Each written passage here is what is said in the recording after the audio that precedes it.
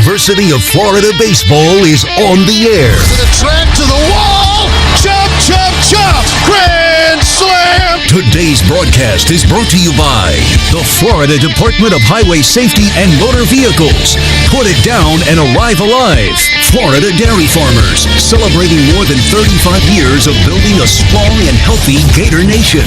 Florida Victorious, the official NIL partner of the Florida Gators. Pet Paradise and New Day Veterinary Care.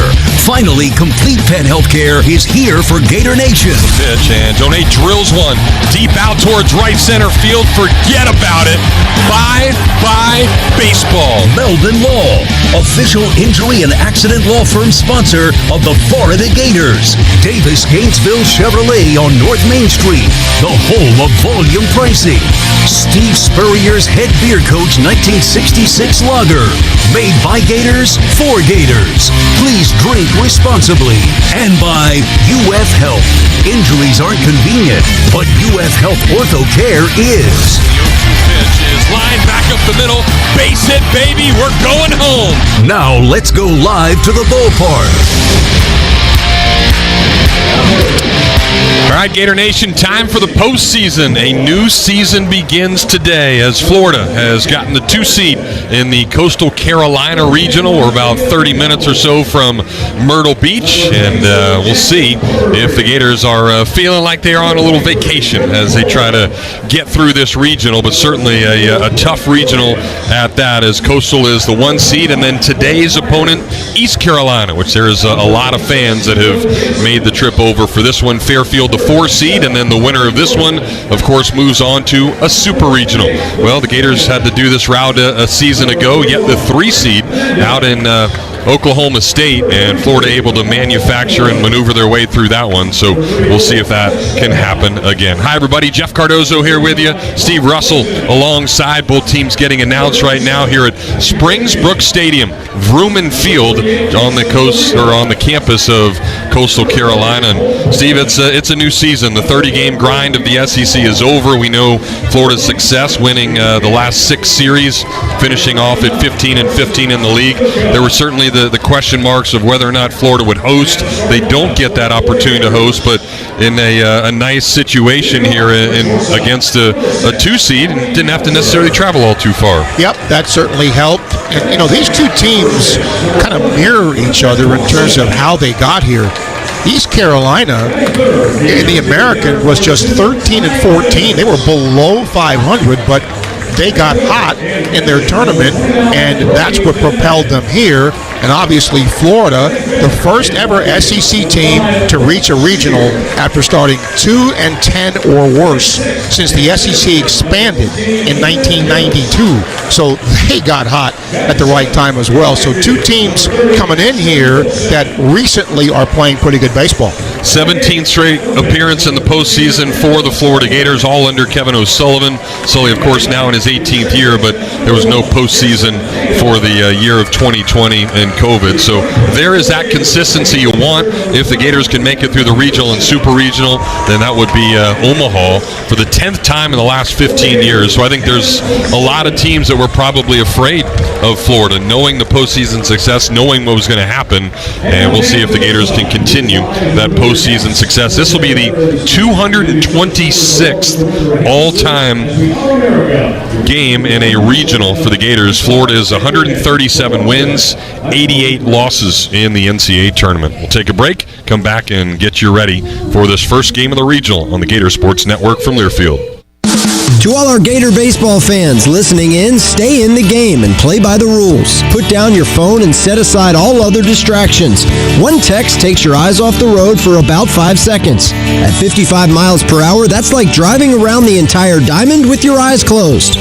To win while driving, you must focus. Put it down and focus on driving to arrive alive. Brought to you by the Florida Department of Highway Safety and Motor Vehicles. Gators fans, it's not just baseball season, it's backyard season. And just like a strong infield keeps the runs in check, a great fence keeps your home protected and looking sharp. At Father & Son Fence Supply, we proudly serve the North Florida community with the same values found on the diamond: hard work, reliability, and trust. Whether you're building from scratch or upgrading your home turf, call the team that's always on defense at 352-797-2489 or visit us online at fatherandsonfencesupply.com. Father & Son Fence Supply, where family values meet exceptional craftsmanship. This is Kevin O'Sullivan. I'd like to thank these major sponsors who make this show possible: UF Health, Florida Dairy Farmers, Pet Paradise, Davis Chevrolet, and Legends Brewing Company. Now let's head back to the ballpark for today's first pitch. Well, the lights are on here at Springsburg Stadium. Partly cloudy skies. Temperature actually very nice. Expected to be in the mid-80s for this one. Not really a chance of rain for the first game here, but that is a little bit in jeopardy for Coastal Carolina and Fairfield, which is scheduled to start at 6 o'clock Eastern time tonight. So, since you've never been here, the dimensions here at Springsburg Stadium, it's 320 down each of the lines, 365 in the gaps, and just 390 to straightaway center field. It's a 10-foot high wall, so certainly the dimensions favorable to a powerful hitting team like the Gators are. Wind right now is blowing out towards left center field. It is all AstroTurf in foul territory, including then home plate and the batter's boxes, but everything else is natural turf. It is a Tifton 419 Bermuda. We mentioned that because there's a lot of cool golf courses around the area that have that now hybrid Bermuda grass that certainly a lot of people are using everywhere.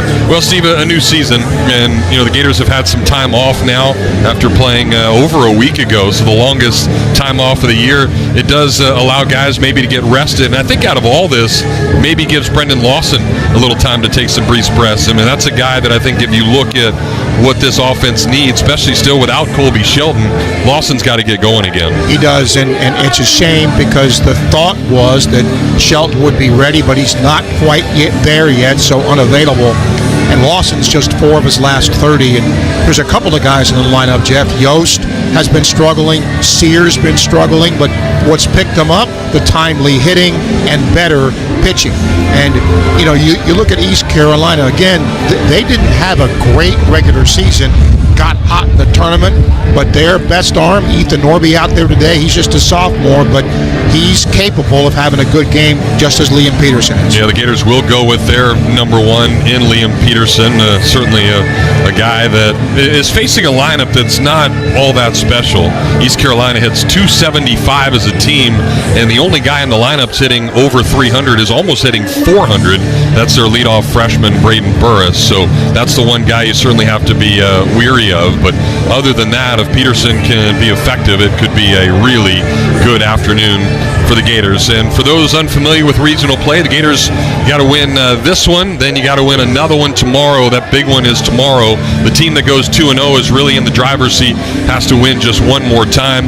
If you get into the losers bracket, then you're playing a lot more games like we saw with the Gators last year when they had to claw their way all the way out of the losers bracket, had to win a couple of games on Sunday and then another one on Monday. So you could play 3 games, you could play 4 games, you could play 5 games. We'll see what happens, but certainly the best route would just be those 3 games and see if the Gators can do it. And Jeff, I think from the experience last year, every team is different, but a lot of guys on this team that were there last year that made that run. So, you're not a top seed. Yeah, you're not hosting. But I think Florida is extremely confident coming into this. I think they figure that if they do what they're supposed to do, they'll win this region with all due respect to the host team, Coastal Carolina. We'll talk about them later. They have terrific pitching, but we'll see that down the line here. But right now, the Gators taking the field as the home team. And we'll do our starting lineups, brought to you by Chevron, unbeatable mileage to fuel your fandom.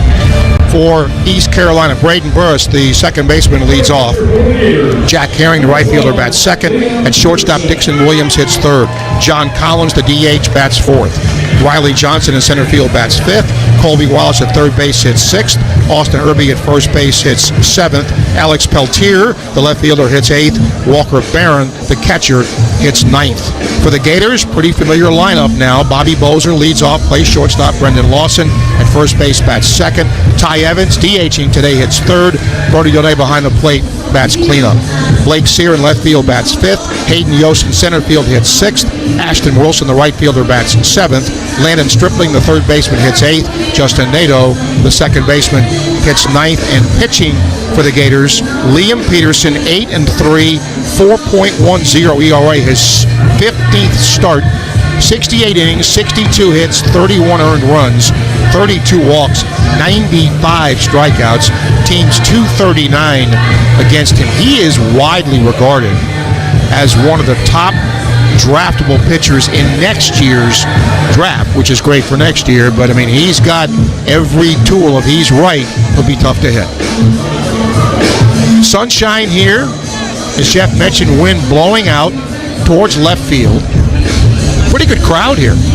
I didn't know, what kind of a crowd we would have, but certainly East Carolina doesn't have too far to come to watch their team play. There's a good contingent of fans here, but you look down the third base line, there's a good contingent of Gator fans here too. So Florida is well represented here. We mentioned Kevin O'Sullivan.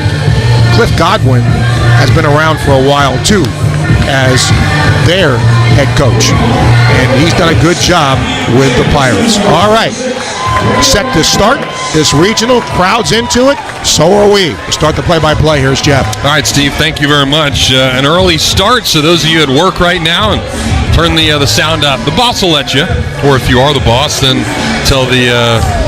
Make sure you let them. Yeah, let everybody else enjoy Gator baseball here this afternoon. Certainly a buzz in the crowd as Liam Peterson is ready to go. The Gators will wear their normal Friday night attire. They are the home team in the white unis, and Peterson is ready to go for the right-on-right matchup. First pitch, a swing and a miss. Good fastball on the outer part of the plate.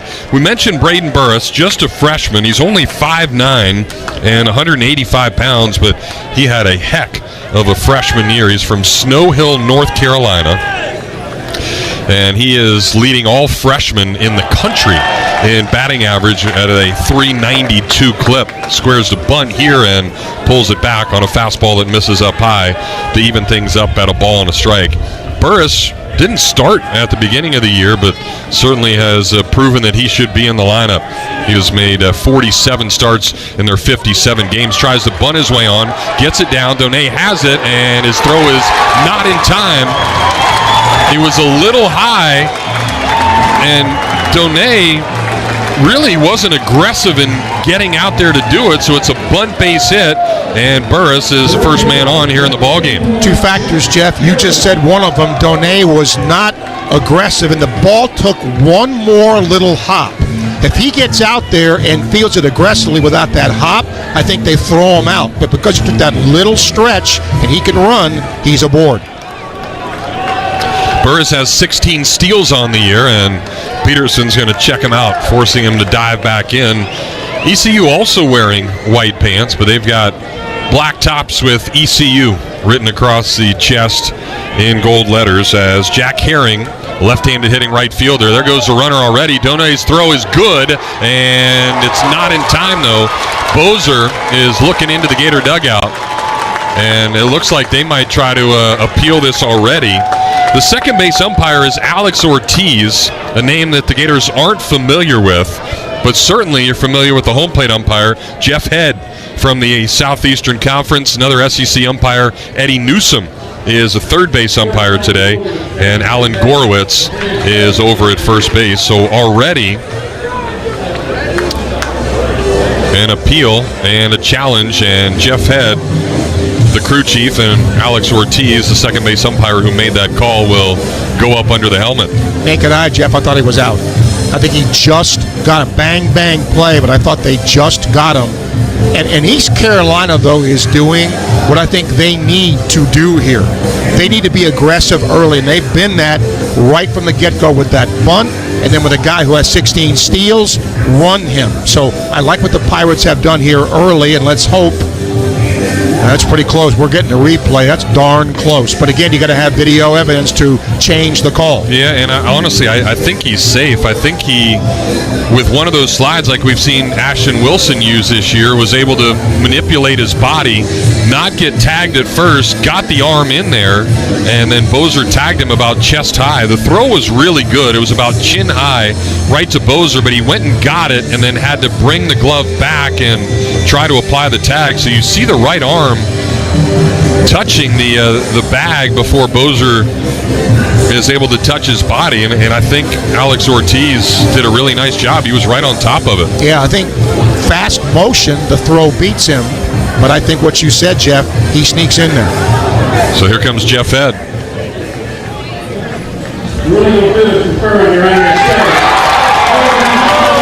So just like that, a bunt base hit and a stolen base for Braden Burris, who really makes this offense go. And East Carolina has a man in scoring position already with nobody out. Pitch was high from Peterson, so 2 of his 3 pitches so far have been up and out of the strike zone. And now we'll see what they do with Jack Herring. They're going to bring Lawson and play even with the bag over at first as Peterson pitch comes in and misses down low on a breaking ball. So it's 2 balls and no strikes. Herring, a .281 hitter. He's made 30 starts this year, 5 homers, 24 runs driven in.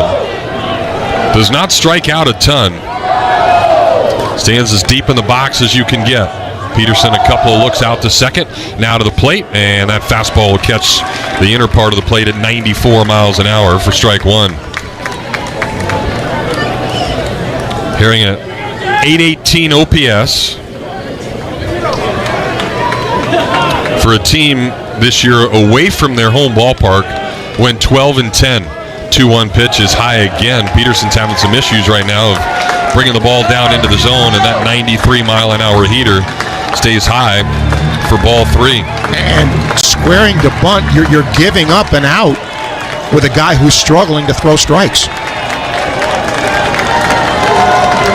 Gators in the third base dugout. That is the home dugout here at Springbrook Stadium. And you can tell ECU is playing loose.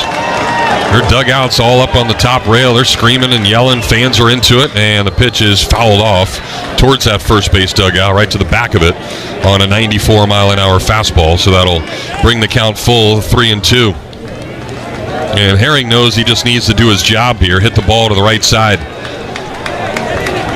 And now with 2 strikes, Lawson will back up, play a normal first base. Nato's got his heels on the edge of the outfield grass. Stripling still playing even with the bag. As Peterson comes set on the stretch. 3-2 pitch is lined foul down the first base line. There's a lot of foul territory here until you get about 3/4 of the way down the field. Then it really juts over towards the foul line, and then probably a good 30-40 feet or so of really no foul territory down each of the lines. And remember, it's only 320 to get it out of here down each of those lines. So Peterson set again, ready for another 3-2 pitch, and it's a fly ball out to center. Yost will drift over, now in left center. He's got it. Runner's going to tag. Here comes the throw. It's going to be cut off by Bozer. So even though it won't count as a sacrifice fly, it acts like one, and the Pirates have a runner at third, only 1 out. That's a good at-bat because he does move the runner. Traditionally, you try to pull it, but with 2 strikes, gets it up in the air and does his job.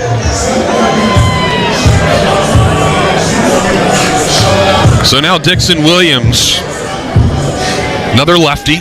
Gators are going to bring the infield in with no score here in the top of the first inning. Williams, the shortstop, stands very deep in the box, and he's going to get plunked with a first pitch breaking ball. So Peterson tried to throw the slider but he's still missing up. That pitch was up and got the hitter just above the elbow. So Peterson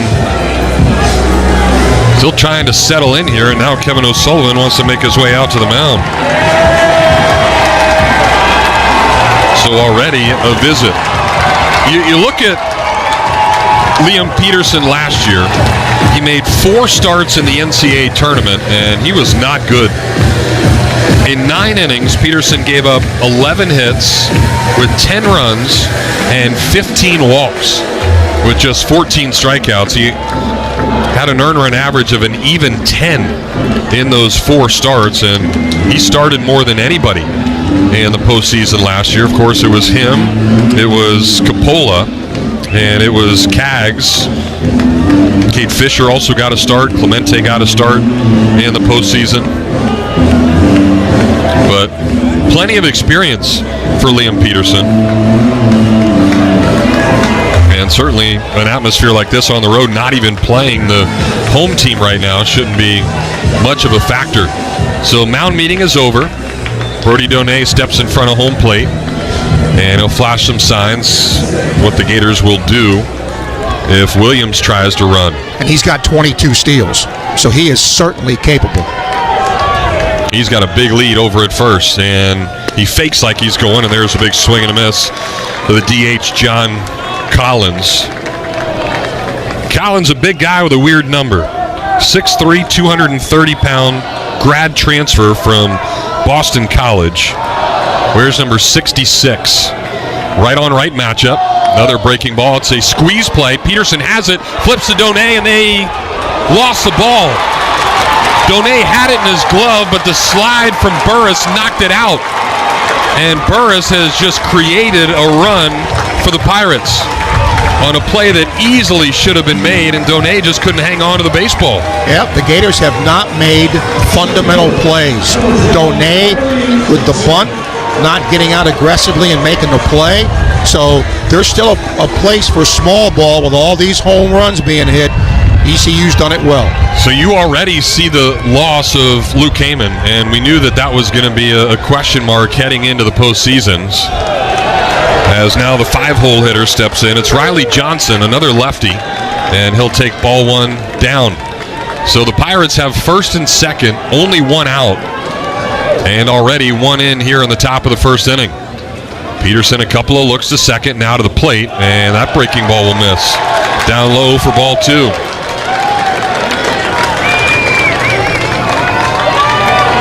Johnson, a senior from Manassas, Virginia, 5'9", 170-pounder.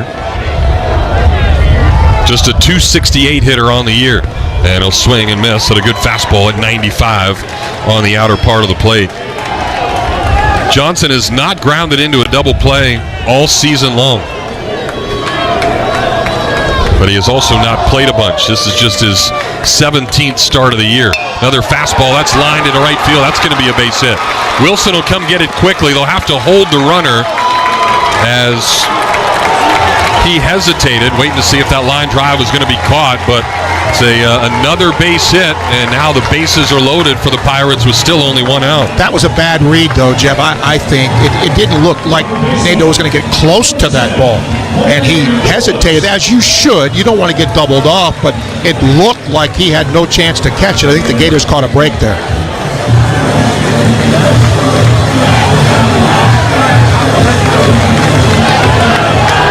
So now the Gators can certainly use a double play. If another righty comes to the dish, it's Colby Wallace. First pitch to him is not close. Breaking ball way off the plate for ball 1. They're now finally scoring the play, and they're going to give an error to Donay on the squeeze play. So right now it's an unearned run. Breaking ball again, and that one will miss. Up high for ball 2. Wallace, one of the hotter hitters in this ECU lineup, comes in with a 6-game hitting streak. Overall average of 276. He's one of just 2 guys who have started every game this year. There's a big swing and a miss on a breaking ball, and he genuflects going down to a knee. So good pitch to the sophomore right there. 10 homers, 40 ribbies for Wallace. as the Pirates already lead at 1-0 here in the first inning. Here's the pitch, breaking ball again. That one's out to center field. Plenty deep enough to score the run. Yost has it. Throw will come into third. And it's the second run of the game as ECU is capitalizing by putting the baseball in play. Putting the baseball in play and small ball. That's kind of what they do and who they are. And I think it was really important for them to get off to a start like this. When you're going up against a guy like Peterson who could settle down and pitch well, getting those couple of runs early is going to give them a lot of confidence. So first and second, 2 outs now for the 7-hole hitter, Austin Irby, another lefty. And he'll take a breaking ball down low for ball 1. It's an ECU team that swept through the conference tournament. American Athletic Conference champions, and that's why they're playing in the postseason. They would have not made the postseason when you look at their RPI and record and everything else if they wouldn't have won the tournament. Beat South Florida a couple of times in the tournament. Beat them 9-4 and 9-7. There's a fastball, and it's fouled off over the third base dugout. And then beat Tulane in the championship game, 8-2. So championship game wasn't even close. They almost lost to Charlotte on Thursday of that week. Beat Charlotte 6-5. And Tulane was the favorite there to win that, and the Pirates upset them. The 2 balls and a strike as Peterson continues to fall behind these ECU hitters. Here's the pitch, and it's fouled back again for strike 2. So back-to-back fastballs at 95, both fouled off by Irby. Irby leads the team in multiple RBI games. He's got 12 of those this year, just a freshman. So they've got a couple of freshmen that have done a lot of damage. Here's the pitch, and it's all the way to the backstop. He hit the bull, and there's not even a bull here. And that will advance both runners now to second and third as Peterson continues to struggle with his command with fastballs. He just doesn't look comfortable, does he? He just seems mechanical, just no rhythm as of yet. And we've seen this a few times this year where he struggles early in starts. So now a 3-2 pitch coming, and it is chopped right side, but foul. Spun a breaking ball in there, so a lot of confidence to throw that pitch. And give credit to ECU here. Peterson is one of the best in the SEC and the country. Strikeouts per 9 innings, but he has not been able to get a swing and a miss this inning. In fact, it's the 5th best strikeouts per 9 in the SEC. 3-2 again, and that one's fouled off. Another breaking ball. So back-to-back off-speed pitches. First base is open. You've got a righty on deck. And a guy that still has some pop, though. He fouled that right up his foot. Trying to walk it off. Jeff Head didn't know what to do. Normally you go and brush off home plate and you allow the time for the hitter to recover, but it's an AstroTurf plate. So there was nothing he could do. So another 3-2 coming. Be the third one here of the at-bat, and the pitch is a swing, and a check swing got him. Appeal over to third. Eddie Newsom punched him out, and that is a big, big strikeout. Irby is standing halfway down the first baseline and looking over saying, what the heck are you talking about?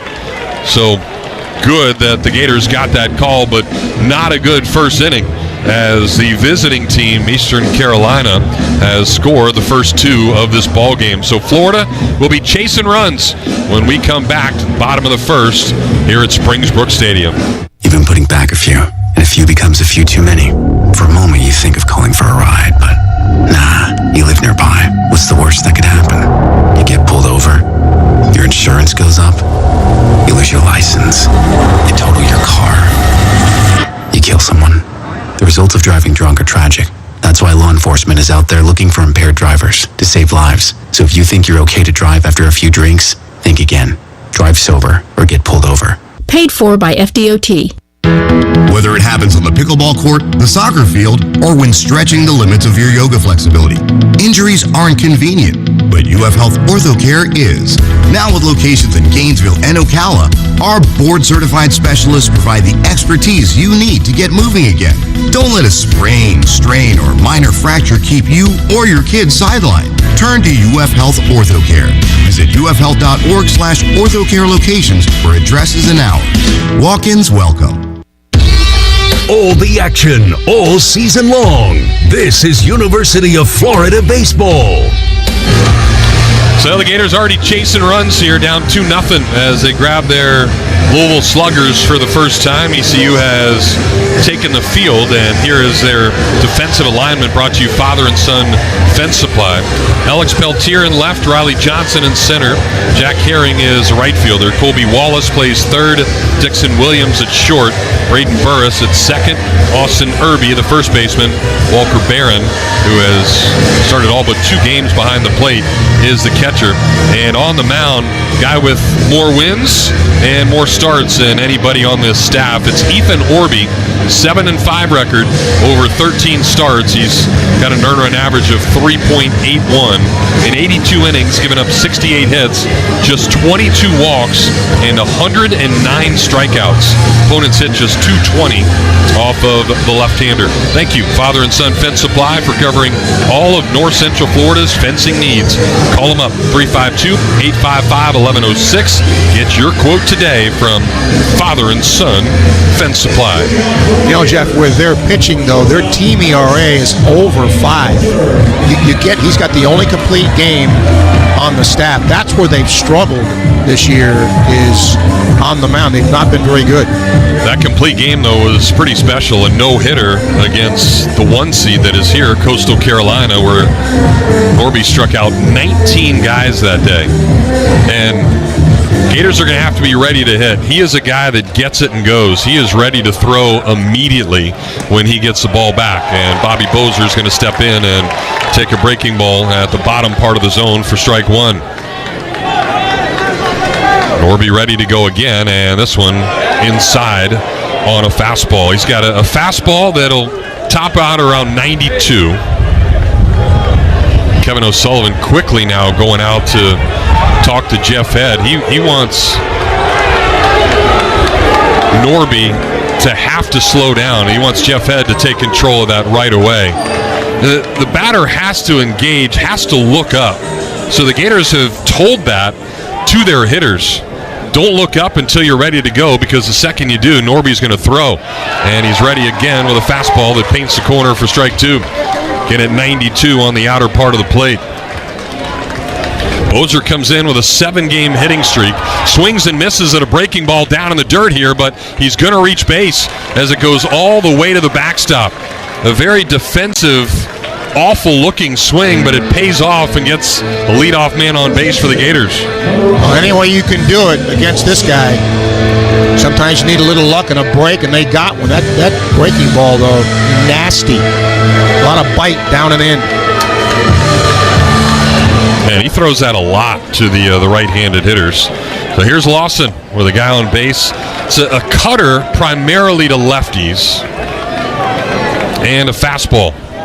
And that cutter just off the plate to Lawson for ball 1. Bozer not a big lead over there. And another fastball that misses off the plate now for ball 2. Again, not a lot of walks for Norby. So the Gators will try to be patient, lay off pitches, because he tries to make guys chase. That one is right through there. Fastball right down the heart of the plate. It looked like Lawson was taken all the way. Need to get Lawson going. Just 4 for his last 22. Average dropped all the way down to 301 now as he awaits the pitch, and it's hit out to right center field pretty well, but drifting over will be the center fielder Johnson, and he'll haul it in right on the edge of the warning track. Not a big ballpark as we chronicled to you, but that's just off the end of the bat. Lawson didn't quite barrel it.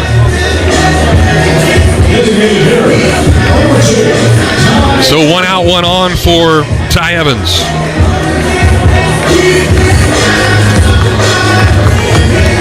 Evans has been a big part of the Gators' success down the stretch. They'll shift on him, put 3 guys to the shortstop side of the bag.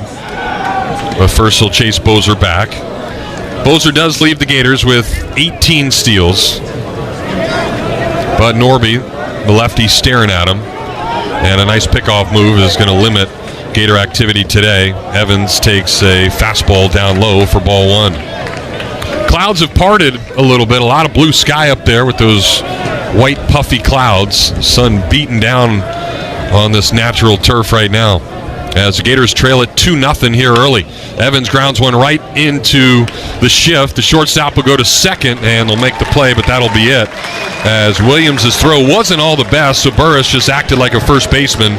Make sure he held on to it for the second out of the inning. Yeah, Williams hesitated. He looked to first when his play should have been to second and realized it. And by that time, too late to even try to get a double play. So 2 outs now. Evans will trade spots with Bobby Bozer. And Brody Donay, the cleanup hitter, will step into the plate. First pitch is inside on that cutter for ball 1. 2 runs on 2 hits in the top of the inning for ECU. But both runs are going to be unearned. As Donade chops one right into the ground, over to Williams, the shortstop again. Long throw across, it's low, but it's handled by the first baseman as Irby is able to scoop it out of the dirt. And that will do it for the Gators. So not much to show in that first inning. A couple of weak ground balls by these right-handed hitters, and that'll do it for Florida with a 0 going up on the board. We'll head to the second. ECU leads it 2-0. It's college baseball season, and we're here to talk about it. Every week, join Kyle Schasberger and me, David Kahn, as we deliver the best of college baseball. We've got all the Diamond talk you can imagine, with interviews from coaches, players, broadcasters, and more. Plus, we'll give you our weekly rankings, hot takes, and a whole lot of fun. Step into the batter's box and let us deliver our best fastball. Wherever you podcast by searching College Sports Now.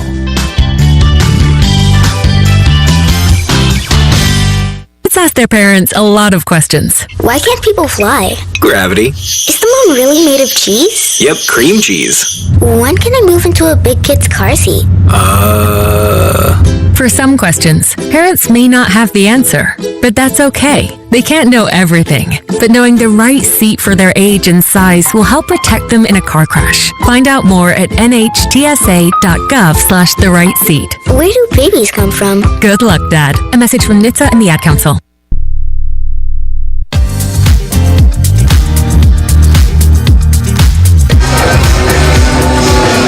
Top of the second, 3 seed leads the 2 seed. East Carolina with a 2-0 lead.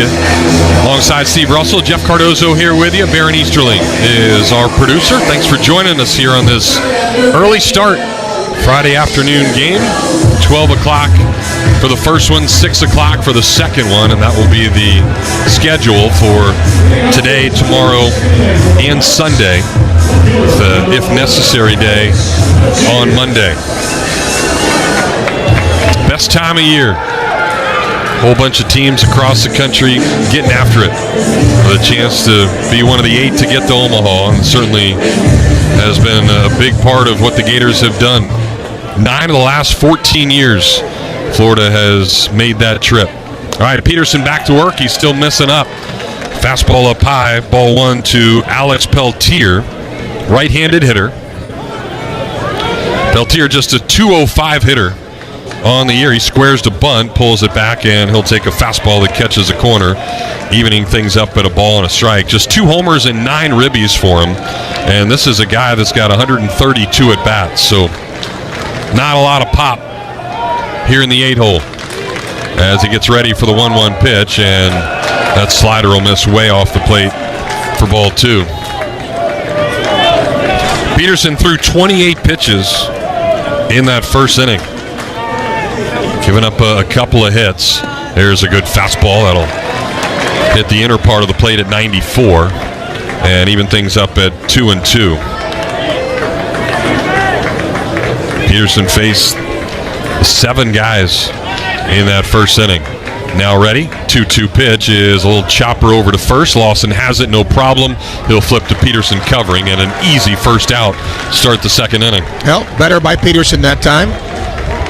Getting it out, bottom part of the order, you should do that, and you don't want to put the 9-hole guy on for a pesky leadoff hitter that's next, so this is an important guy to get. Gator fans, don't forget to download the Chevron app. Get 25 cents off per gallon on your next 5 visits at participating stations. When you join, all you got to do is fuel up, and you can start saving. Here's ball 1 down to the right-handed hitting catcher, Walker Barron. Just a .250 hitter. He has started all but 2 games this year behind the plate. So Mr. Consistency. He'll take that one just off the plate, and it's ball 2. Barron, 3 homers, 30 ribbies in just under 200 total at-bats. He's a sophomore, and he hits one hard through the left side, and that's going to be right in between Stripling and Bozer for a 1-out single. Well, exactly what you didn't want to have happen with this guy coming up, but 2-0, you come in with a fastball to the 9-hole hitter. You got to throw a strike, and he sat in the fastball and hit it between third and short. Yeah, he's fallen behind too many hitters first time through the order. So already, Braden Burris is going to be able to hit again. Beat out a bunt single, which really shouldn't have happened. Donay, a little tardy getting to it, and then throw was late. First pitch to him is a breaking ball that misses up for ball 1. Burris was great in winning the tournament most outstanding player for the AAC tourney last week. He was 9 for 20. Scored 6 runs, drove in 5. And Donay's making his way out to the mound now to have a quick conversation. Covering up whatever he's saying with his glove. It's been 20 strikes for Peterson, but 17 balls out of the 37 pitches so far. And certainly the hope with what you have to do to get through a regional is you need your starters to go a decent amount of innings. And you hope that Peterson in this one could give you at least 6. And if you got the lead, then you can go McNeely and Clemente. But right now, the Gators trailing 2-0. And a whole bunch of pitches here. We're only in the second inning. Back to work. There's a breaking ball, and that's down in the turf for ball 2. He's all over the place. Yep. He just has no, especially with the breaking ball, just has no feel for it so far. Burris has now reached in 17 straight games. Best batting average of any freshman in D1 baseball this year by about 20 points. There's a fastball, and it's fouled off. Burris very successful in high school, but he didn't have a lot of offers, so he ended up walking on here to ECU. And he has certainly made an impact and may not be there next year. Now the 2-1 pitch, and that's not close. Again on another breaking ball. He hit .509 in his high school career with 139 total hits. So he's hit at every level. This one is a pop-up out to left. Sear doesn't see it, and now all of a sudden does, but it's going to be onto the berm down the left field line. And a kid will make the catch. Ballpark somewhat similar to Condren. You've got grandstand area. You've got a second deck, but not a lot of seats in that lower level. And then berms down each side, and pretty significant berms, where a lot of people have brought their towels and they're chilling out. So now it's 3-2 to the leadoff man. 1 out here in the inning. Big pitch coming, and it is chopped fair down the left field line. And that ball is going to get all the way to the corner. Well, fortunately enough, it bounces and ricochets over to Sear, and they're going to have to hold the runner at second. He didn't get a good read on that baseball for some reason, and that's a big break for the Gators right there. It should have been second and third. Instead, it's only first and second. He might have been at third anyway, Jeff, but he falls down rounding second base. plus the carom to Sear, but he just fell down. So a big break keeps the double play in order, but again, trouble for Peterson, and the Gators have activity in their bullpen. Back-to-back singles already, and Luke McNeely is going to start to toss out in that Gator bullpen as the two-hole hitter Jack Herring steps in. And a first pitch changeup is nowhere close for ball one. Nothing off speed is working for him. Not what you needed out of your ace. Herring flew to center his first time as the wind really blows hard out to straightaway center field. Peterson's pitch is up high and off the plate. Ball two. And we have said that numerous times here in the early going. High. Ball one, ball two, high. Yep. Off the plate. Might just record ourselves. Barry, can you do that? Just record us and hit buttons. We can stop talking. That one misses. Inside for ball three on another off-speed pitch. So Peterson hasn't walked anybody yet. He has hit a guy, but he just can't find the strike zone and continues to fall behind these ECU hitters. Here's a 3-0 pitch, and that one is hammered out into right field, so he got the green light. Wilson gets it quickly. They'll fire it in there, but it's 3 consecutive singles as they'll hold Barron at third, and the bases are loaded with 1 out for the second straight inning. Man, they're playing loose, aren't they, Jeff? They're playing like they got nothing to lose. A lot of teams, most teams probably, have that guy take a strike. Instead, they let him go. Here comes Kevin O'Sullivan to the mound, and we're going to get a pitching change here in the second inning. I mean, you have to.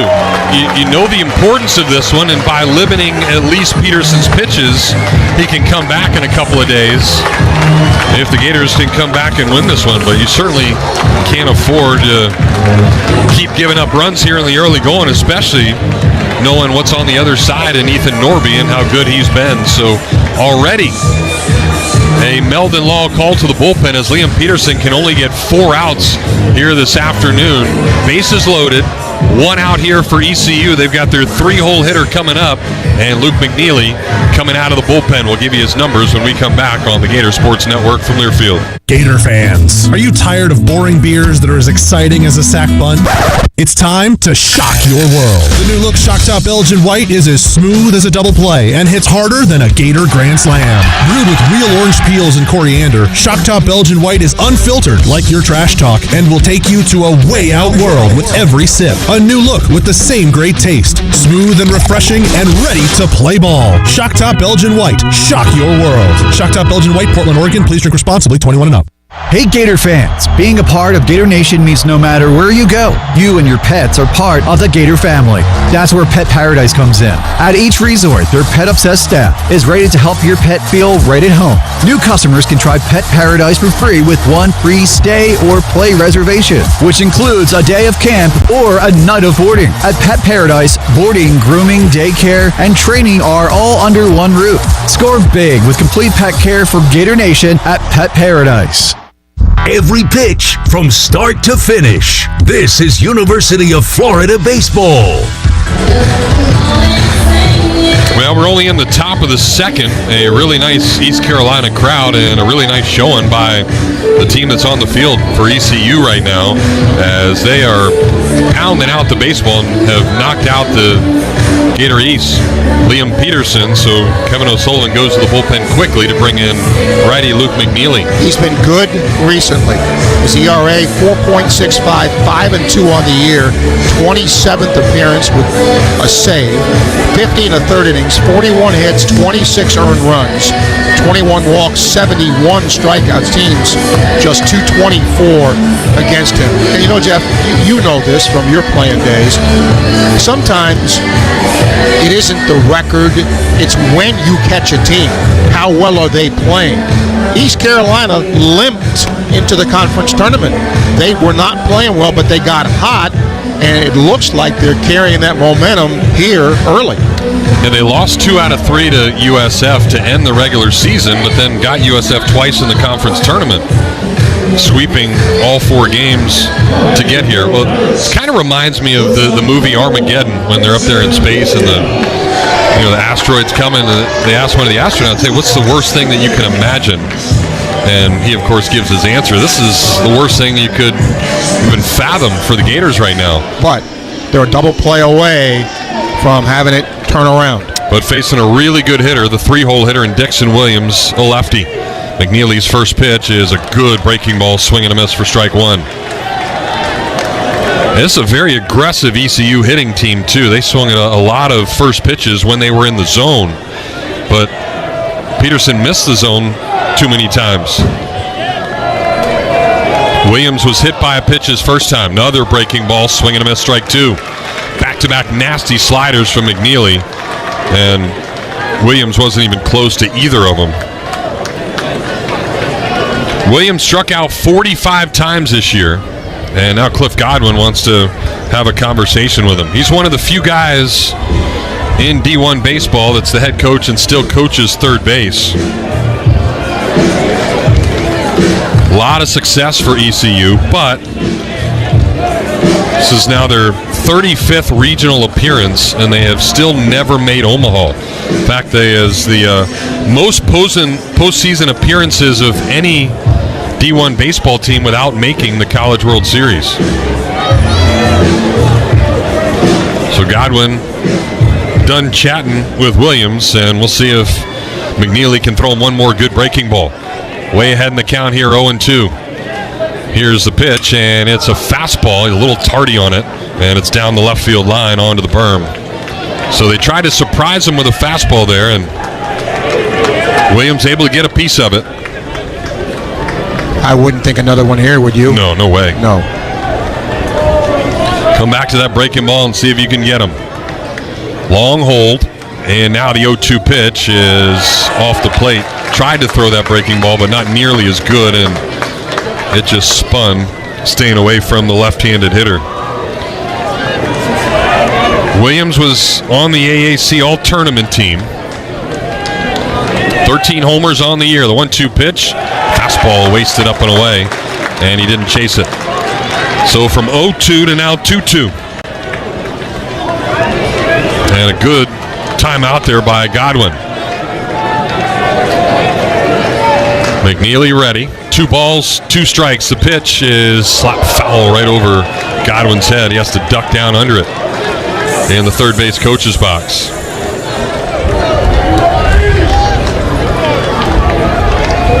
Oh, big spot right here. Peterson already out of the game. McNeely trying to keep it at a 2-0 deficit. The righty comes set as the crowd gets into it. 2-2 pitch is a little flare out to left. Sear will drift over, make the one-handed catch. Throw's going to come to third, so it's another sac fly RBI and run number 3 for the Pirates. That's a terrific at-bat by Williams. He was just overpowered the first 2 pitches, and then to your point, Jeff, I thought Coach Godwin made an excellent timeout, kind of got McNeely out of his rhythm a little bit, and then he just stuck his bat out and did his job. And in games like this, and the postseason, those kind of at-bats win you games. So now the cleanup man, John Collins. Collins ended up squeezing his first time. He'll take a slider in there for strike 1. That brought in the first run of the game, but it really should have been an out. Peterson made a nice play, got it with his glove, flipped it to Donay. Tag would have been in plenty of time, but the ball came out of Donay's glove on the slide. 0-1 fastball. That one's hit hard out to left. That ball's down in front of Sear. They're going to come up throwing, and it's going to be cut off as Sear's throw lost a lot of luster. And a fastball that was up in the zone gets pounded for the 4th run of the game already for ECU. Give them credit. They're doing everything right early. 2 out hits, and they're hitting mistakes. That fastball was room service. Up, middle of the plate.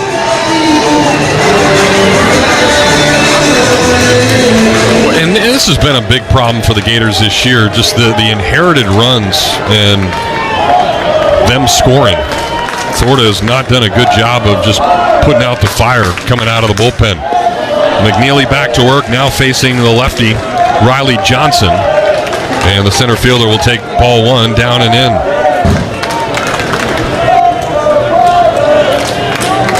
McNeely's 1-0 is chopped foul off the front foot of Johnson, who was also on the AAC All-Tournament team. Partly because he had a big day in the championship game. He drove in 3 against Tulane in that game. 1-1 pitch here is down and in. He laid off that good slider. And Donay did a good job of preventing it from going to the backstop. So 4-0 now, ECU. We're in the second inning. They've got 6 hits. The Gators couldn't do anything in the first inning off the lefty, Ethan Norby. There's a swing and a miss. Good slider there. Even up the count at 2-2. So McNeely will try to get a big strikeout here. Finish off the inning. Johnson waving that bat behind his left ear, and the 2-2 pitch is a chopper to Nadeau.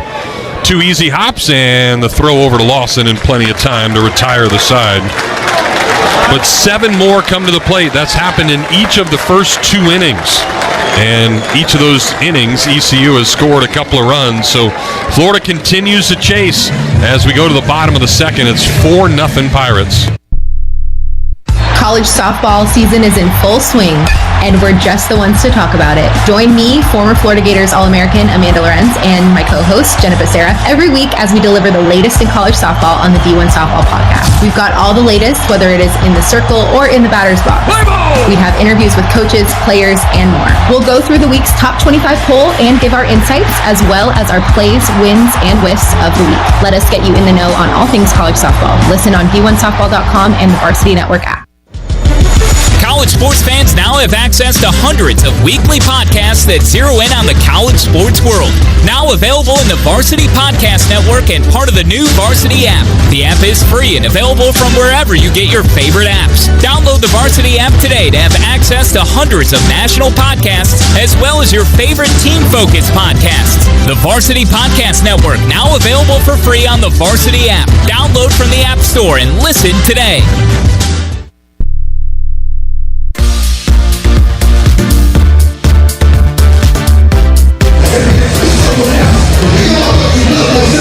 Home half of the second, where the Gators find themselves trailing 4-0. Really nice crowd here at Springsbrook Stadium. They've got about 2,500 permanent seats, all chairbacks, that go from dugout to dugout. Then you've got the berm area. You've got several walkways in the outfield, similar to what you have at Katie Seasholt Presley Softball Stadium. You can imagine being able to stand out in the outfield and overlook the railing. So in all, when this place gets full, about 5,400 can fit in here. And I'd probably say there's about 3,500, 4,000 in here now. All right, back to work goes Ethan Norby, and already throwing strike one to Blake Sear, a breaking ball. And he's ready to throw again. And Sear hits it hard, but right at the shortstop, backhanded by Williams, and his throw is in plenty of time. So that's 3 straight balls hit right to the Pirates shortstop of these last 3 right-handed hitters. He doesn't have the strongest arm in the world, but he's a good defender. And that ball hit hard, short hop. You kind of either make that play or you don't. He made it. Yeah, hardest hit ball by the Gators. And now Hayden Yost steps in. First pitch is off the plate on a fastball. Yost hitting .271, 4 homers, 36 ribbies. Takes a fast strike there to even up the count at 1-1. Norby only threw 14 pitches in the first inning. 8 of them were strikes, and he just gets it and goes. And there again, a breaking ball for strike 2. Yost in the box, and here comes the pitch, and it's a swing and a miss. Fastball running in under his hands, and it's a second strikeout already for Norby, second out of the inning. Really good pitch, and Jeff said it right. Running in to the left, he looks like it's going to be over the plate, and they just kept running in, up, and he continues to pitch well. And they don't even throw the ball around when Norby's on the mound. They give it right back to him, and he was standing on the mound ready to go as Wilson was walking up to the box, and now finally he's ready, and Wilson fouls back a first pitch fastball. That's what Wilson wants to do. He wants to attack first pitch fastballs, but a lot of teams haven't been giving him those, and hence the struggles. Just 5 for his last 27 at the plate is the junior from Orlando, as that backdoor breaking ball catches a corner for strike 2. So just like that, the Gators are one pitch away from getting back on defense. Just haven't been able to settle in here in the early going. As ECU has controlled the game, Wilson fouls off a fastball here. Ashton has hit in 5 of the last 7, but just single hits in all those games. Average just 226. Now making his 29th start of the year. 0-2 is a slow chopper to short. Third baseman will cut in front, and Wallace will throw over in time for the out. Good play by Colby Wallace, and the Gators, just like that, go down in order. 1, 2, 3. We'll head to the third. Florida's trailing at 4-0. When the unexpected happens, you need a legal team that's ready to fight for you, just like the Florida Gators. At Meldon Law, we're proud to partner with the Florida Gators to deliver winning results for those who have been injured at no fault of their own. With a strong record of success and a team that won't back down, Meldon Law is your trusted partner in tough times. Call Meldon Law at 352-373-8000 or visit us at meldonlaw.com. Gator Nation, this season it's time to act for the greater good. UF and GFL are making great strides to reduce our footprint, and you can help. Recyclable and compostable paper products, cups, straws, and food waste receptacles are available at the stadium. Look for the signs and put it in the right can, Greener Gator fan. Think green as you cheer on the orange and blue. Call GFL at 1-800-535-9533 or visit us at gflenv.com. GFL, green for life. You're listening to University of Florida Baseball in the Conway Regional. Now back to Springs Brooks Stadium. Top of the third, Florida trailing 4-0 here. They're getting out hit 6-zip as well. They have the only error, which led to 2 unearned runs in the first inning. But ECU has taken control right from the get-go, and they have not let off the gas. 14 guys have already come to the plate in the first 2 innings. So we'll see if Luke McNeely can slow that down. But before we start the third, let's pause 10 seconds for station identification on the Gator Sports Network from Learfield.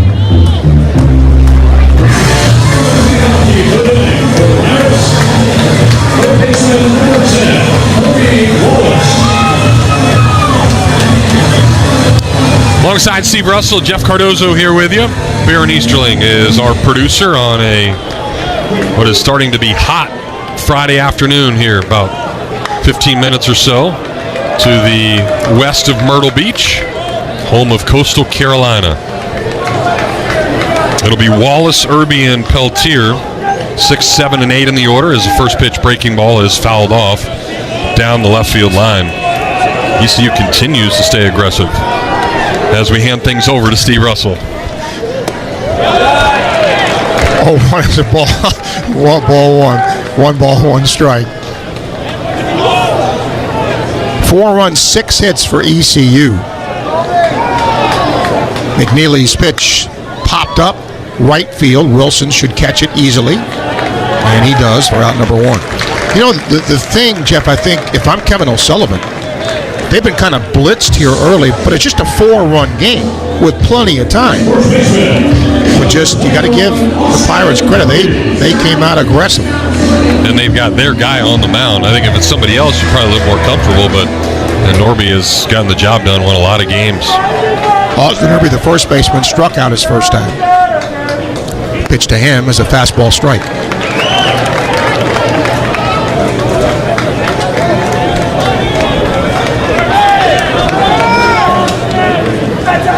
0-1. Fastball's in. Wind continues to blow out towards left. Good crowd here.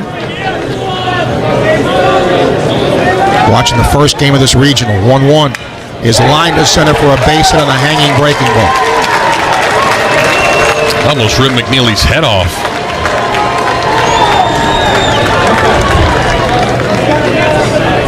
Well, Blaine Rowland was starting to throw, and then he stopped. Now Alex Peltier, who grounded out to first his first time.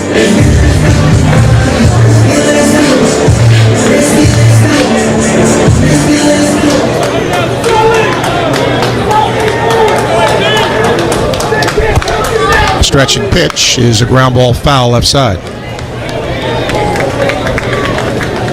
Peltier, a guy you got to go get, just a 203 hitter.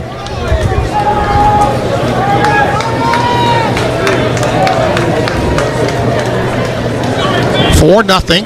ECU here in the third. In case you're just tuning in. 0-1. Squares to bunt. Takes a ball. Interesting that you're going to square a bunch of the 9-hole hitter, but that 9-hole hitter has a hit.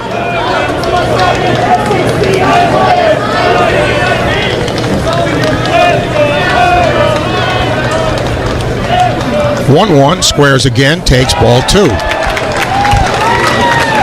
I still don't understand why they would try to sacrifice here with 1 out. I think Peltier's just doing it to try to mess up the rhythm of McNeely. He's also brought in Stripling on the grass. Does not square here, takes ball 3. You're going to walk a guy hitting 203 if you're not careful.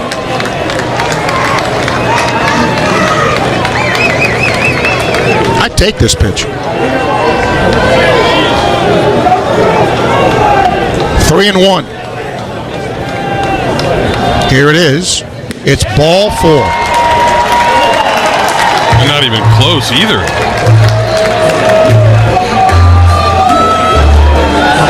Well, Rowland now starts to throw again. Walker Bear, the 9-hole hitter, the catcher, singled and scored his first time.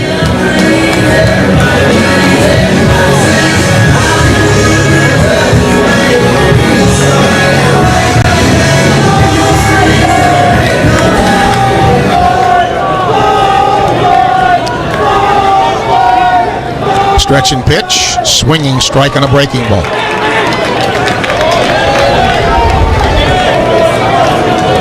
Parents a 254 hitter. 3 homers. 0-1. Waves at that one at strike 2. So he's looked terrible on 2 breaking balls. Yeah, really similar to the start when he came in and got Williams on 2 breaking balls, and then he made a big adjustment. 0-2 in the dirt, didn't chase, 1-2. Donay does a good job to block it.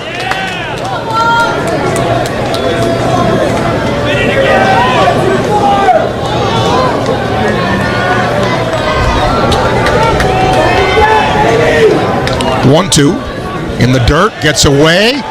Runner at second's going to break and make third.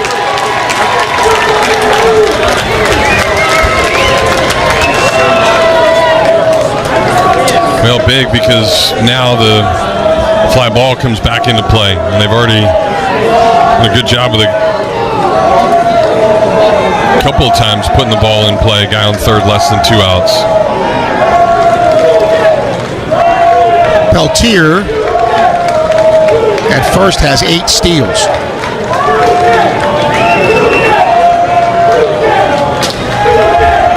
He runs, 2-2 is ball 3, and there's no throw. It takes the double play away. Yeah, they were just letting him go. They weren't even going to try to throw him out and risk something.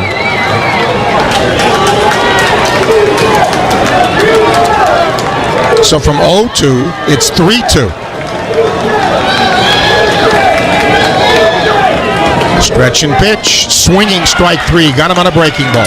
Yeah, maybe the best one he's thrown. Finally one that actually looked like a strike and then just fell off the table at the very end. So big pitch right there by McNeely. But a tough dude to get out here. Braden Burris. Up twice, singled twice, he scored twice.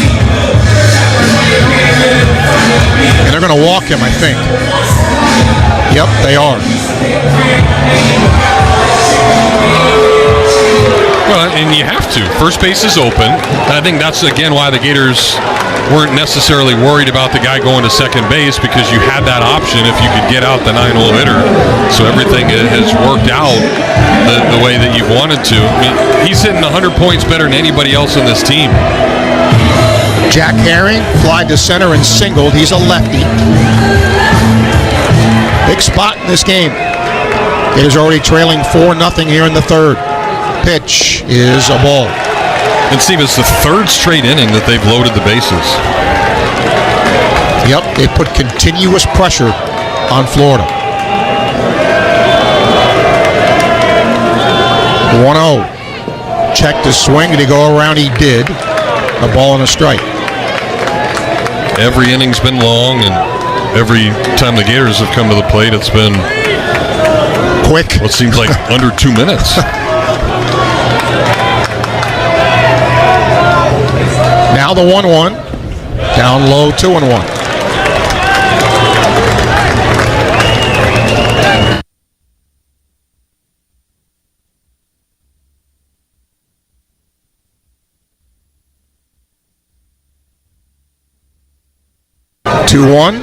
Ball 3. It's a good job by Herring to lay off a couple of breaking balls. Listen to their fans. There's a lot of them here.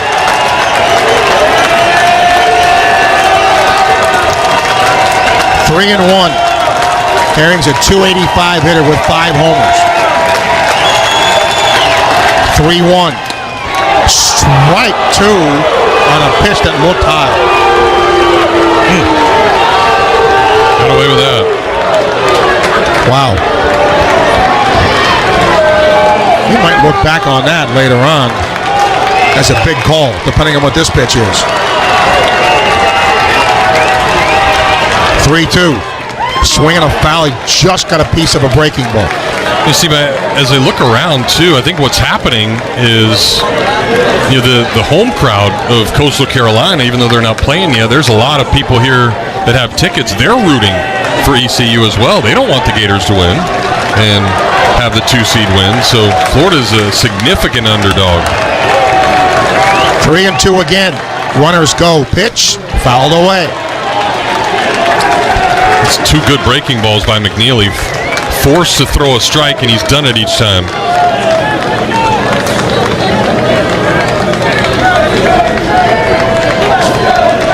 It seems like they've scored a run in the inning, but they haven't. Hopefully it'll stay that way. 3-2 coming again. Here it is. Swing, line drive, base hit, right field. They're going to score 2 runs. 6-0 ECU. And he went with a fastball. Yeah, 95, but middle. And he just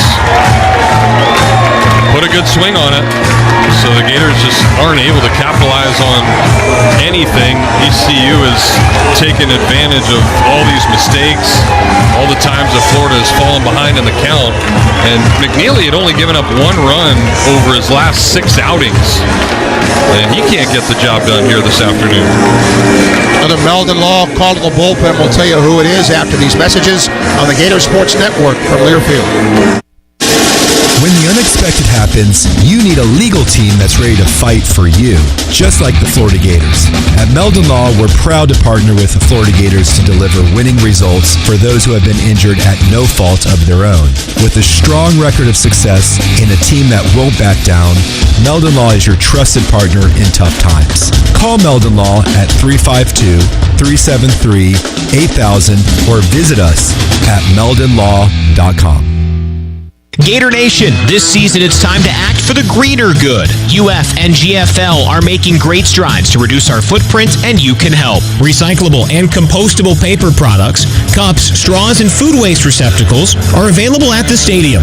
Look for the signs and put it in the right can, Greener Gator fan. Think green as you cheer on the orange and blue. Call GFL at 1-800-535-9533 or visit us at gflenv.com. GFL, green for life. You're listening to University of Florida Baseball in the Conway Regional. Now back to Springs Brooks Stadium. Well, the Gators make a Meldon Law call to the bullpen. Quite a story for this young man coming out of the pen, Blaine Rowland, who was not used much at all, but of late he's been effective and he's getting time. 7th appearance now for him. In 12 innings, he's only given up 3 runs with 3 walks and 9 strikeouts. Opponent's hitting .244 against the righty, who's 1-0 with a 2.19 earned run average. Yeah, to expand on that a little bit, you look at Rowland.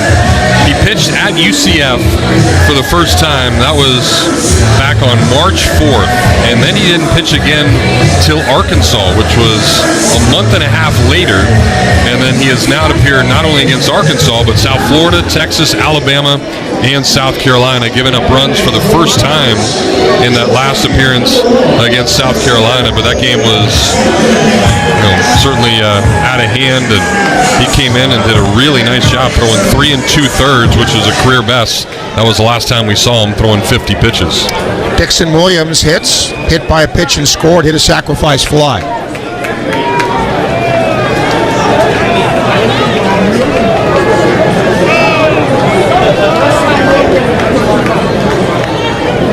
Herring at first, just 3 steals.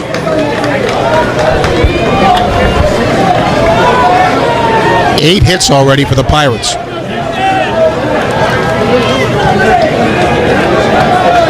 Williams has home run power with 13. Pitch to him is a swing and a mile-high pop-up. At second base, Nato makes the play. But a good inning for ECU, 3 consecutive innings, scoring 2 runs. They do it on 2 hits, and they leave 2. Through 2.5. East Carolina 6, Florida nothing. The tradition, the rivalries. Sirius XM is your destination for all things college sports. And we've got you covered on Sirius XM College Sports Radio. There's complete coverage of every major conference, plus live games and 24/7 talk and analysis. So cheer along on the Sirius XM app and listen to your favorite team anywhere. And now you can get 3 months of Sirius XM free. Subscribe now and see offer details at SiriusXM.com/College Sports Radio 25. A true teammate takes on every day with a winner's attitude, gets up when they fall down, and leaves it all on the field. There's a group of teammates who do all these things every single day. But they're more than your typical athlete. They're kids dealing with unthinkable medical circumstances. Team Impact matches children facing serious illness or disability with college sports teams, creating a long-term, life-changing experience for everyone involved. Help us get all kids in the game. Visit teamimpact.org. Team Impact. All in, all together.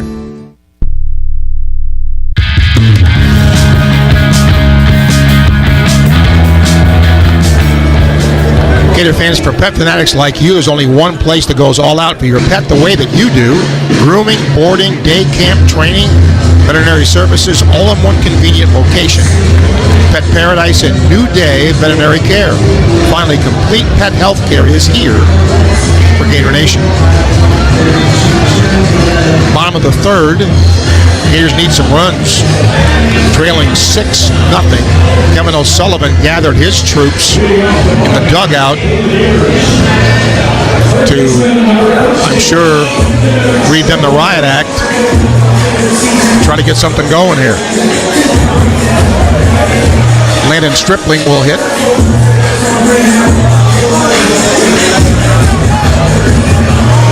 .263, couple of homers, 19 driven in. Better of late, 6-game hitting streak. He takes a strike.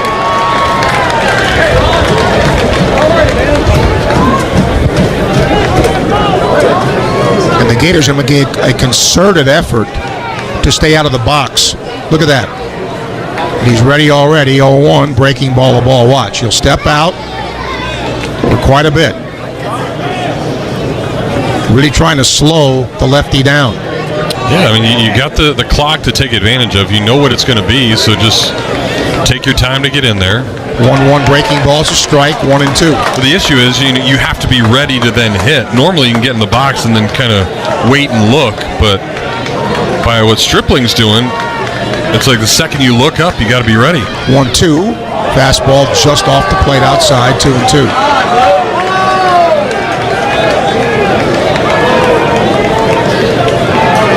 He's almost like he's looking at the clock. He is, looking back at it. That's exactly what he's doing.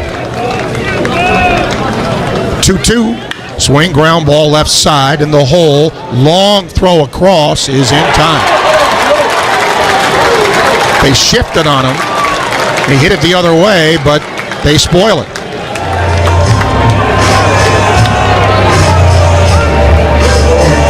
Good strong arm by the third baseman, Wallace. A lot of ground balls by Norby. That's 5 of the first 8 guys that have come to the plate have grounded out. Here's Justin Nadeau now. 277. 3 homers, 21 driven in. Wind and pitch, breaking ball, ball 1. He's just 3 of his last 22.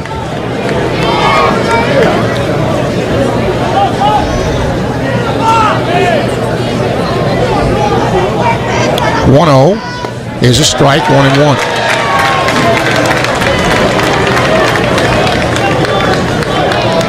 I almost think that the better way to do this would be to stay in the box and just look down. 1-1, breaking ball, strike 2. Because then at least your feet are set. What's happening now, both Stripling and Nadeau, is they're keeping a foot out and then stepping in, and then all of a sudden the ball's coming. So you're just not really in your spot. 1-2, high, 2-2.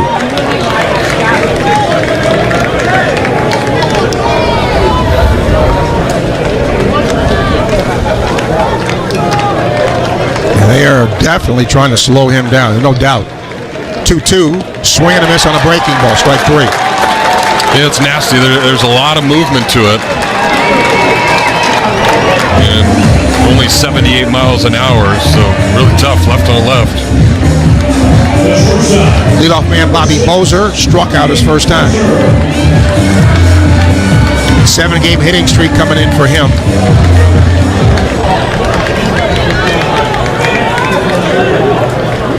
First pitch is a little low, 1-0. Moser is not stepping out. 1-0. Swinging a pop-up, right side, down in foul territory. They give chase, and what a catch! Man, everything is going right for East Carolina. Their first baseman, Irby, just made a heck of a play. Gators go down 1-2-3 through 3. They trail 6-0.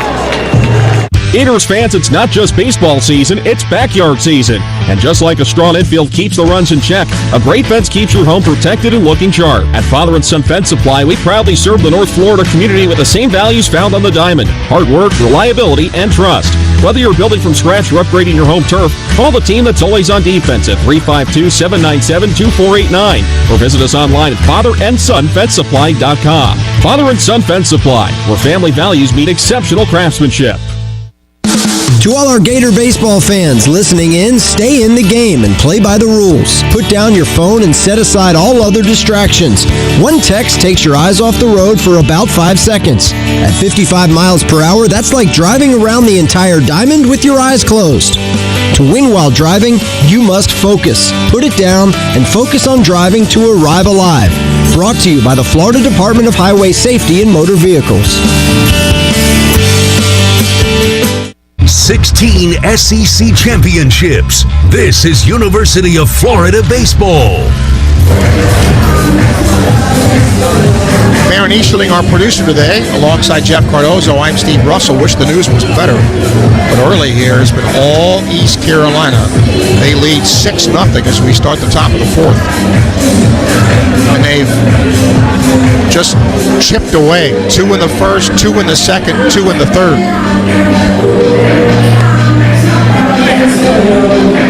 Women's College World Series. Gators play Tennessee tonight at 7 o'clock.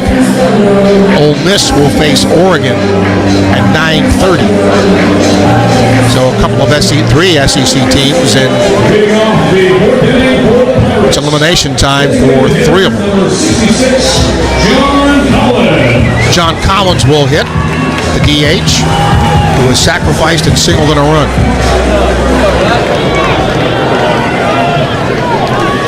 Pitched by Rollins, a strike, 0-1.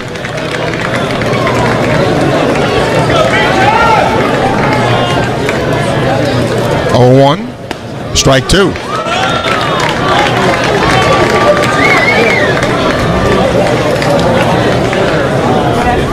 He's a quick worker too. 0-2. Swing, ground, foul, left side.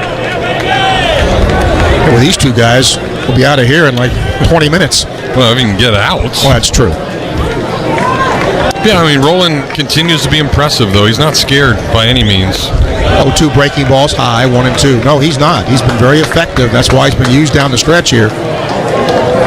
He's a quick worker, too. 1-2. Swing and a pop foul down the right field line. They give chase, but it's going to make the berm area.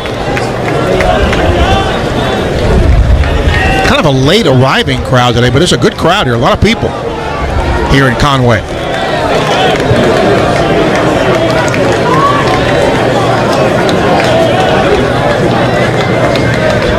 One, two again. Swing, ground, third, and it's booted.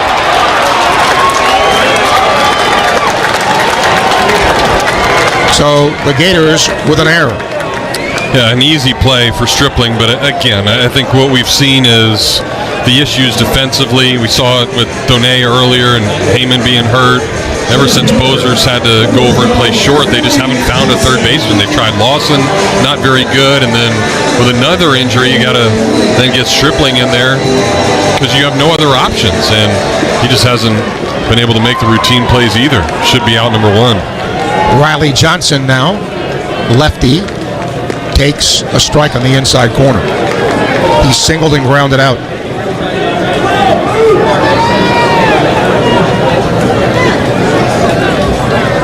Collins, not a stolen base threat at all, has 1. Squares to bunt, does so to third. They look to second, throw there, and they get him. Yeah, very odd play, as Stripling looked like he was just giving up, and then somebody must have been yelling 2-2-2 because he changed from going to first to flipping it over to second, and you don't have a fast runner. That should have been the read right away, and it was a lot closer than it even should have been. And the bunt was hard. It got to the third baseman, Stripling, quickly. So 1 out. Here's Colby Wallace, who's at a sacrifice fly and fly to right. Pitch to him is a strike on a fastball.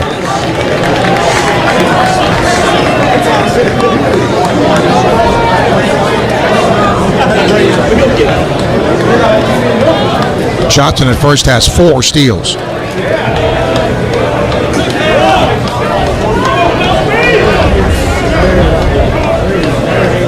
Throw to first, runner back.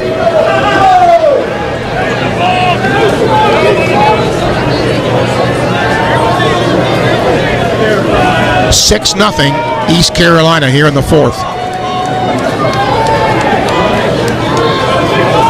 0-1. Swing, foul, right side, out of play.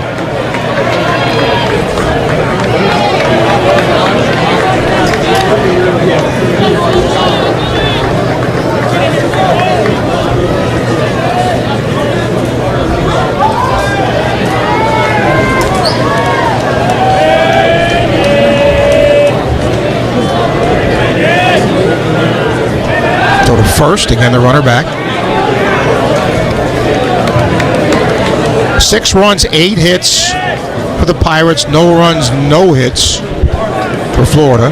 They've also committed 2 errors.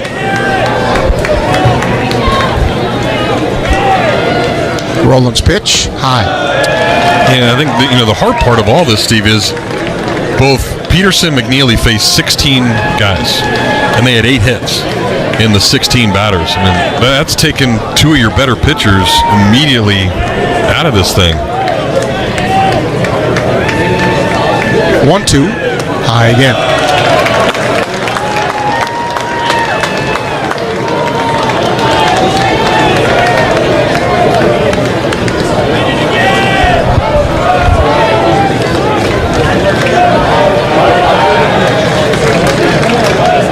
Now, swing, ground ball, base hit, right field.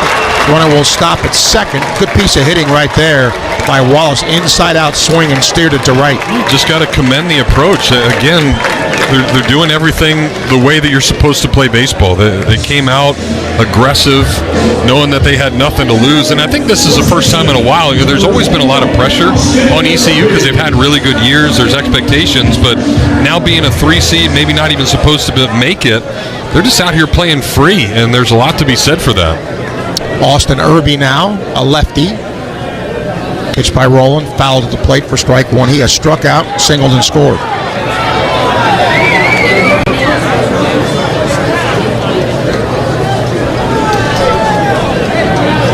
Nine hits now for the Pirates.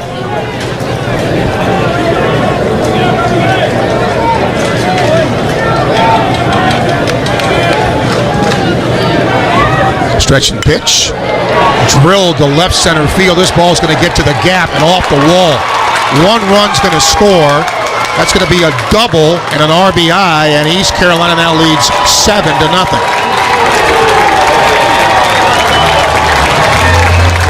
They'll pitch up in the zone in the outer part of the plate, and they continue to do what they're supposed to do with the baseball. It's a really nice swing by the lefty, not trying to pull it, do too much with it. Take advantage of that gap out there right where the wind is blowing, and almost left the yard. It hit halfway up the wall. Alex Peltier now grounded out, walked, and scored. And that walk came to a guy that's hitting at 203. Gators bring the infield in now. Pitch to him is a strike on a breaking ball. 7-0 East Carolina leads.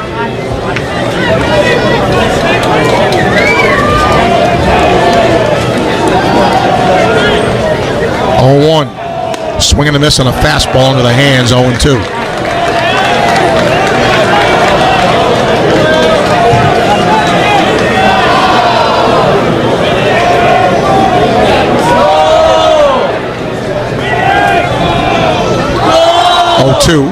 Swing, ground ball, base hit down the third base line. Are you kidding me? They're going to score 2 runs. It's going to be a double on an 0-2 pitch to a 2-0-3 hitter. Yeah, just way too much played. Listen, you're not trying to criticize, but there's a lot of guys playing out of position, and yeah, the ball was hit hard, but I think if you have Bozer at third, that's probably a ball that he gets.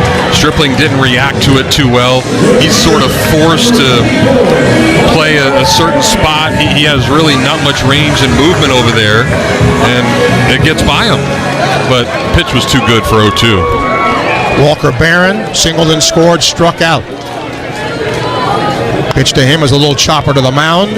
They look to second, throw to first. They get him for out number 2. 2, 2, 2, and 3 is what the Pirates have scored here early.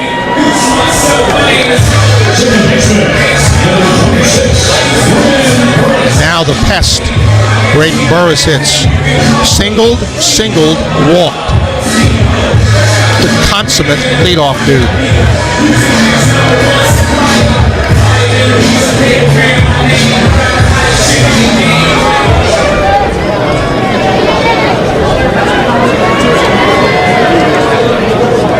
.398 is his average.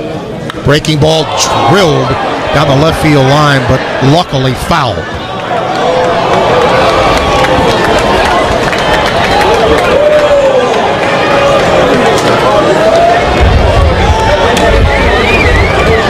Ball hit a long way.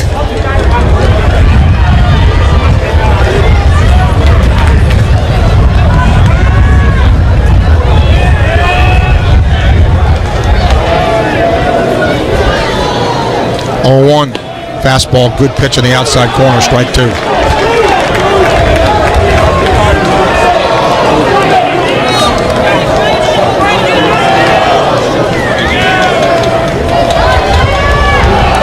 Oh, 2 in the dirt, and chase, 1 and 2.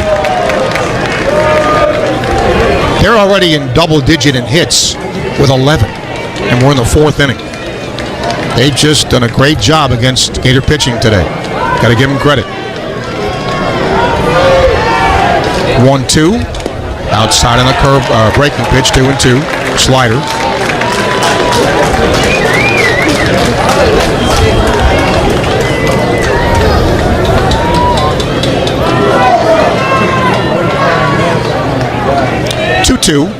Swinging a chopper foul at the plate.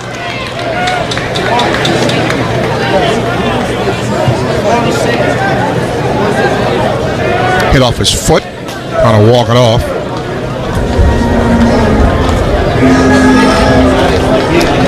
I don't think anybody expected this, partner. It's no, certainly not. Tough to see.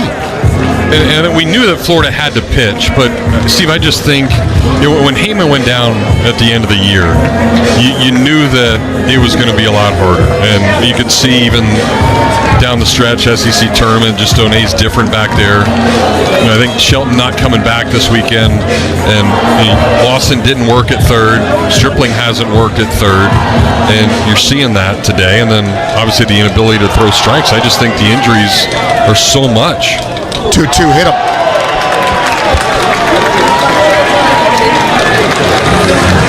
He's been on base all 4 times in the first 4 innings. At the top of the order. Jack Herring now, flied out, singled, and a 2-run single in the 3rd. We're only in the 4th inning, and everybody but one person has a hit.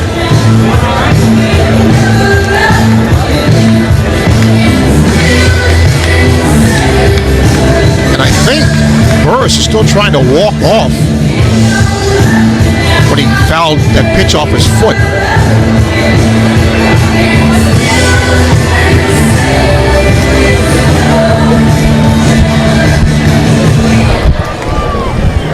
All right, he's back on the bag now.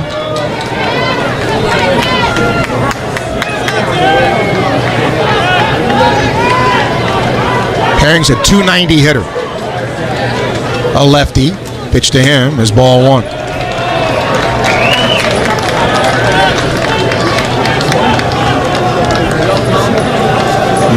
Nothing East Carolina here in the 4th. Outside. 2-0. Gators get activity in their bullpen. Rowland had been very good, but he's not been good today. 2-0. There's a strike, 2-1.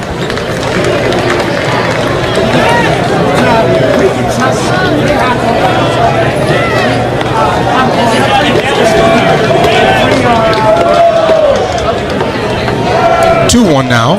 Swing, line drive, foul, right side.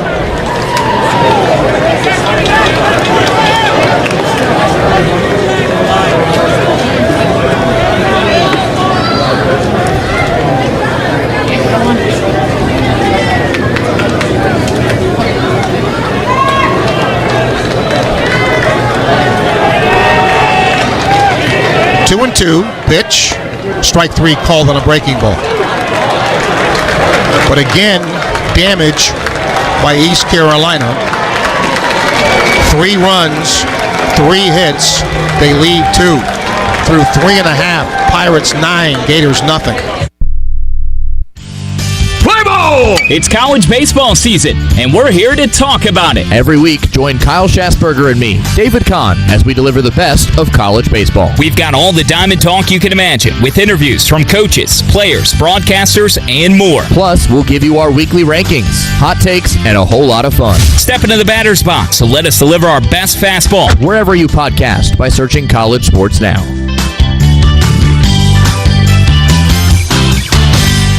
Kids ask their parents a lot of questions. Why can't people fly? Gravity. Is the moon really made of cheese? Yep, cream cheese. When can I move into a big kid's car seat? For some questions, parents may not have the answer, but that's okay. They can't know everything, but knowing the right seat for their age and size will help protect them in a car crash. Find out more at nhtsa.gov/the-right-seat. Where do babies come from? Good luck, Dad. A message from NHTSA and the Ad Council.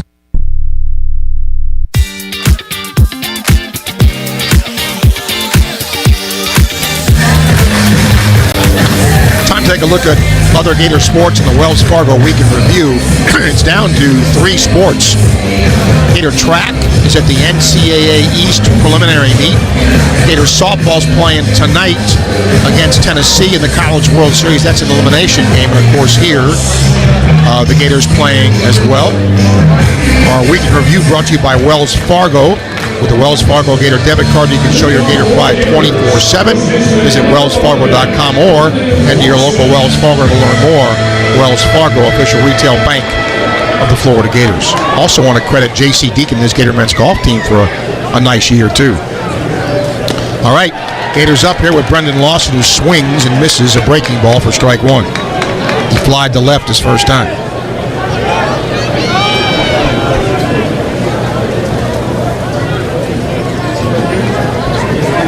Oh-1 is a strike, 0-2. Well, stepping out's not helping either. Nope.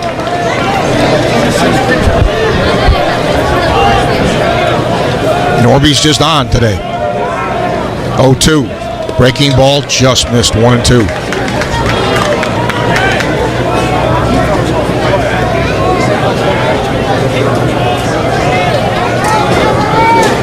One-two is outside, 2-2.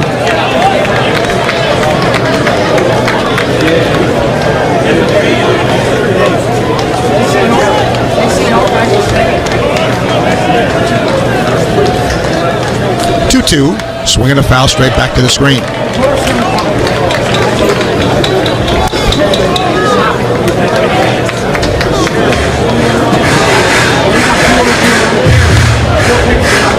Gators looking for their first hit.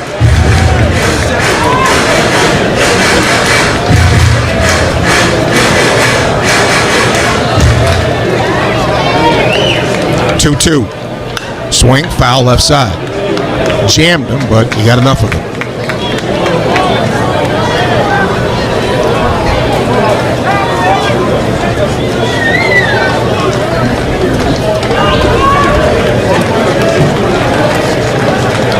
Two again.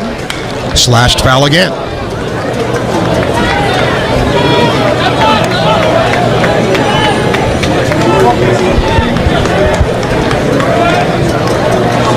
Lawson's average now an even 300. 2-2. Breaking pitch missed, 3-2. Good at bat so far. Yeah, good take. Just let the ones off the plate go. He swung at the fastballs. He just haven't been able to barrel it up. 3-2. Fly ball left. Pretty well hit. It's at the track. It's going to be in the Gator bullpen. It's gone. So that's something positive. Home run for Lawson. It's now 9-1. He had only had one homer in the last 23 games. And we talked about it before the game. He had to be the guy that really got going again. And finally a good at-bat by the Gators. Now second time through. Hopefully they can see Norby a little bit better. Unfortunately, it's just already down 9. But a lot of game to start to peck your way back into. And good start to the inning.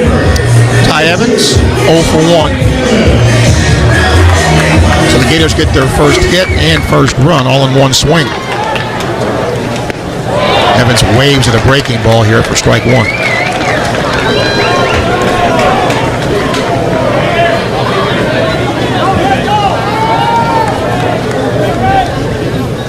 0-1. Swing and a miss on a fastball, strike 2.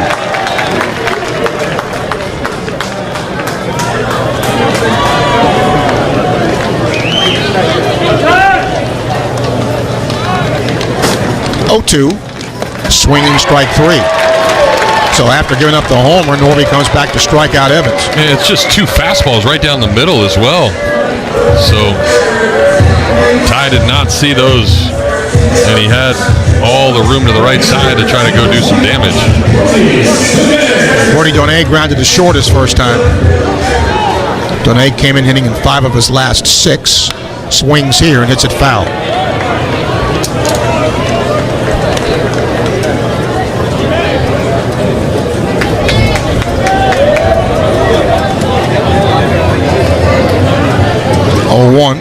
Swing and a miss. Off speed, 0-2.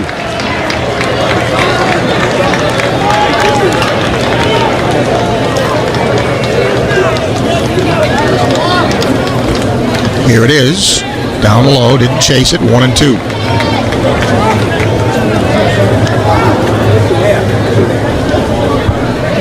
Wind is blowing out. It was blowing out towards left, but the ball seems to carry well here. 1-2. Swinging a foul right side.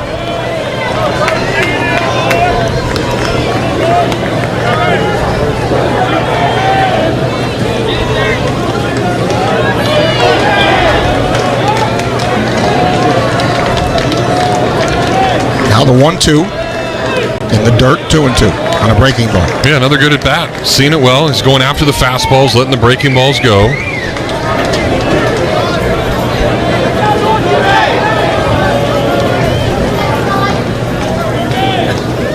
2-2. Swing and a miss. He got him on a nasty breaking ball there, down and in.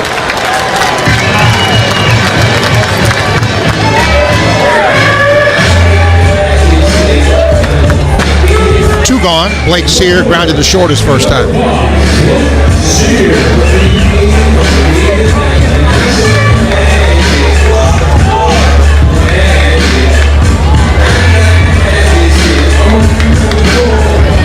Norby's thrown 54 pitches in the game. This pitch is a fastball for ball 1. So pretty economical when you consider we're in the 4th inning. It's about 12 pitches an inning. 1-1. Hit well, left field, back to the wall. It's going to be gone. So the Gators get 2 solo homers, and now it's 9-2. The one thing you look at it, Norby's numbers, 11 homers he had given up coming in, so 2 more now. And again, the second time through, I think you have to like the fight in the Gators. At-bats are better. Even the strikeouts, thought Donay's at-bat was really good. Evans not so good. But and remember, Norby's going to try to throw more fastballs now because of the big lead. So he's going to come after these guys. He's got to be able to do some damage and square some balls up. Hayden Yost struck out his first time. Well, at least it's good to see the Gators with some fight. But the pitching has to find a way to shut down the Pirates offensively. Breaking ball to Yost to strike.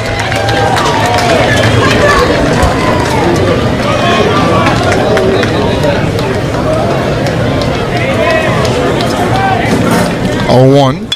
Chopped, second base, to Hopper. Throw to first, in time. But 2 solo homers give the Gators some life through 4. East Carolina 9, Florida 2. Whether it happens on the pickleball court, the soccer field, or when stretching the limits of your yoga flexibility, injuries aren't convenient, but UF Health OrthoCare is. Now with locations in Gainesville and Ocala, our board-certified specialists provide the expertise you need to get moving again. Don't let a sprain, strain, or minor fracture keep you or your kids sidelined. Turn to UF Health OrthoCare. Visit ufhealth.org/orthocare locations for addresses and hours. Walk-ins welcome. You've been putting back a few, and a few becomes a few too many. For a moment, you think of calling for a ride, but nah, you live nearby. What's the worst that could happen? You get pulled over. Your insurance goes up. You lose your license. They total your car. You kill someone. The results of driving drunk are tragic. That's why law enforcement is out there looking for impaired drivers to save lives. So if you think you're okay to drive after a few drinks, think again. Drive sober or get pulled over. Paid for by FDOT. 14 College World Series appearances. This is University of Florida Baseball. Circle K, proud to sponsor Gator Baseball strikeouts this season. Get out to Florida Ballpark with Circle K and take it easy. Hopefully some strikeouts from the new Gator pitcher, righty Caden McDonald. 4-0 with an even 5 ERA. 20th appearance, 27 innings, 28 hits, 15 earned runs, 14 walks, 29 strikeouts. Teams 275 against him. Well, after an awful start, at least the Gators on the board at 9-2 as we start the fifth. Back to the play-by-play. Here's Jeff. All right, Steve, thank you. McDonald has given up runs over his last 3 outings. But it was good before that. Went 4 straight outings where he did not give up a run. An inning and a third against South Carolina, another inning in the SEC tournament, and then faced Bama as well.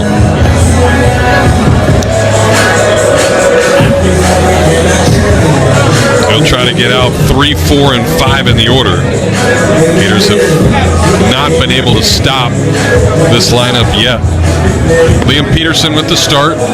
Gave up a couple of unearned runs in the first inning. And then McNeely came in with bases loaded. Gave up a couple inherited runs. So Peterson ends up going an inning and a third, charged with 5 hits and 4 runs, 2 of those earned. Then a third of an inning, or an inning and a third for McNeely total. 3 hits, 2 runs, both earned, with a couple of walks. And Roland throws an inning and a third as well, giving up 3 hits, 3 runs, 2 of those earned. Peterson faced 11 guys. McNeely faced 9. Roland faced 9. And we're only in the 5th inning. And the only guy to not have a hit yet for ECU is coming to the plate. It's a 3-hole hitter, Dixon Williams.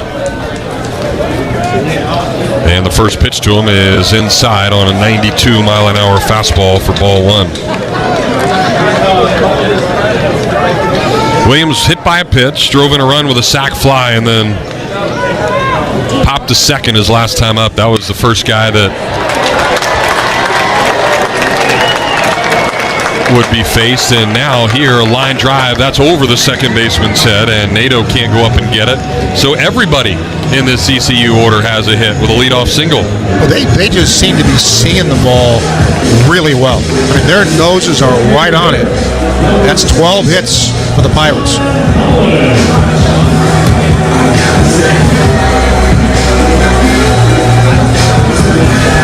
And a guy at first base, by the way, with 22 steals. Good news is he's been caught 3 times. Here's the cleanup man, John Collins. He's squaring to bunt. He already has a squeeze to his box score today. It wasn't a good bunt, though. He bunted it right back to the mound where Peterson got it, flipped it to Donay. Burris coming home would have easily been out, but Donay let it pop out of his glove on the slide, and then it's just been all downhill ever since. That made it 1-0. Here's a pop-up right side of the infield. Good breaking ball by McDonald. Lawson going out, Nato going over, and it'll be the Gators' second baseman on the infield dirt to haul it in for out number 1. Yeah, interesting. First pitch, he squares to bunt, and they take it off. That tells me they're going to send him. I think if you're going to get him in a scoring position early in the count, you may see him take off. Riley Johnson hits.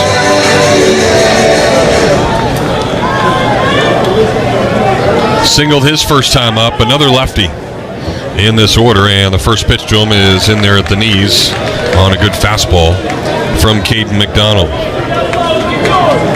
Johnson, a .271 hitter, just 2 homers, 15 runs driven in. Not a big lead over at first, and the pitch sails off the plate on a changeup, even things up at a ball and a strike.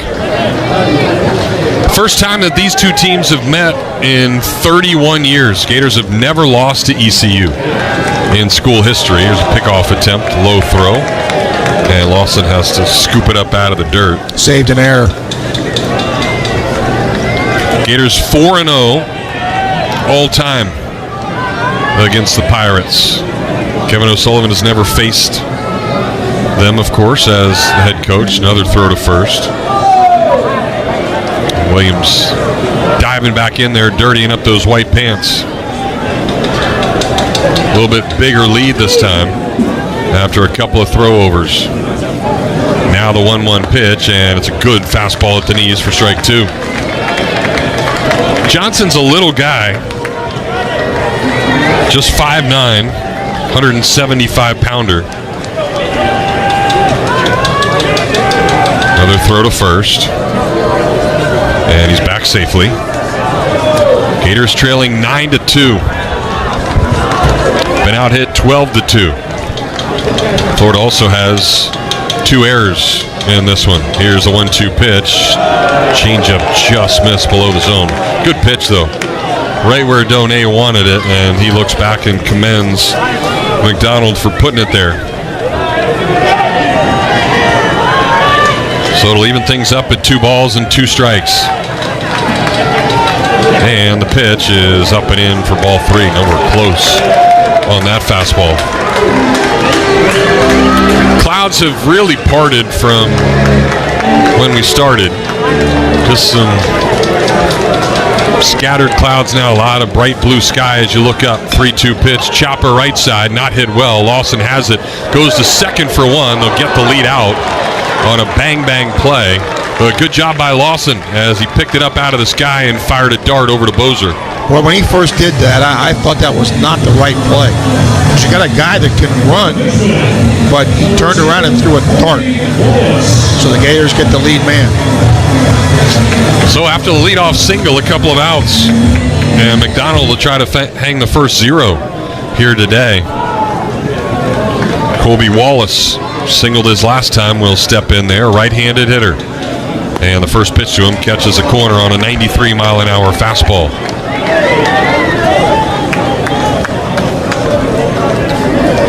Stripling continues to play even with the bag at third. He does that for everybody.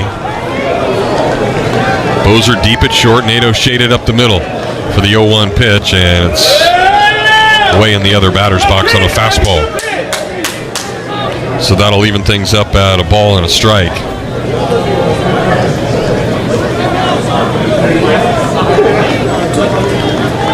Wallace, a .278 hitter with 10 homers. Gets ready and takes a breaking ball at the top of the zone for strike 2. Jeff Head has called a few up in the zone today. More high than down with his strike zone. A 1-2 pitch, that one is down and gets all the way to the backstop. Donay was on a knee, so he didn't get a good job of blocking it as it trickles by him over towards the Gator dugout, and that'll move a runner into scoring position with 2 outs. Just not a good job back there. Wallace has already driven in a run today with a sac fly back in the first inning. His single was through the right side his last time up. 2-2 pitch is fouled off. That's Souvenir. Up onto the concourse level over the first base dugout.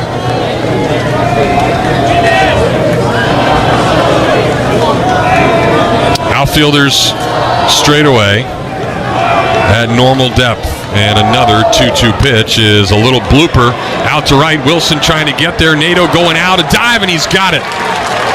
Great play by Justin Nato. That saved a run. And a 0 finally going up on that scoreboard here in right center field of Springbrook Stadium. It's the first time that has happened on that great play by Nato. So we're halfway through this one. Head to the bottom of the 5th. Gators still trailing it 9-2. Hey Gator fans, being a part of Gator Nation means no matter where you go, you and your pets are part of the Gator family. That's where Pet Paradise comes in. At each resort, their pet-obsessed staff is ready to help your pet feel right at home. New customers can try Pet Paradise for free with one free stay or play reservation, which includes a day of camp or a night of boarding. At Pet Paradise, boarding, grooming, daycare, and training are all under one roof. Score big with complete pet care from Gator Nation at Pet Paradise. Gator fans, are you tired of boring beers that are as exciting as a sack bun? It's time to shock your world. The new look Shock Top Belgian White is as smooth as a double play and hits harder than a Gator Grand Slam. Brewed with real orange peels and coriander, Shock Top Belgian White is unfiltered like your trash talk and will take you to a way out world with every sip. A new look with the same great taste. Smooth and refreshing and ready to play ball. Shock Top Belgian White. Shock your world. Shock Top Belgian White, Portland, Oregon. Please drink responsibly. 21 and up. You're listening to University of Florida Baseball in the Conway Regional. Now back to Springs Brooks Stadium. Home half of the fifth. Gators trailing at 9-2. Bottom three hitters in the order will come up to face Ethan Norby. Folks, remember, you can grab everything you need at Publix. You're heading out to the ballpark this summer. A little travel ball action. Make sure you pack a cooler. Publix has great food and drink to keep you chomping and cheering all game long. Publix is the official supermarket of the Florida Gators. So Ethan Norby back to work. Norby has thrown 57 pitches so far, 40 strikes.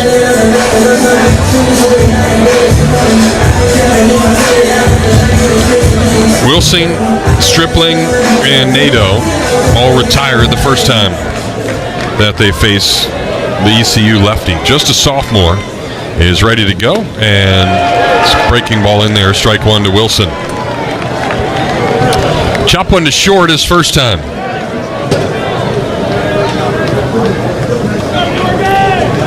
Wilson looking down as he's back in the box. Now looks up as Norby is ready, and there's a swing and a miss on a fastball. So back-to-back strikes, and Wilson is quickly in an 0-2 hole.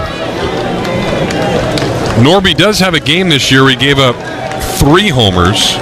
That was to Florida Atlantic back in early April. It was a fastball, and was able to check his swing on a pitch at the top of the zone.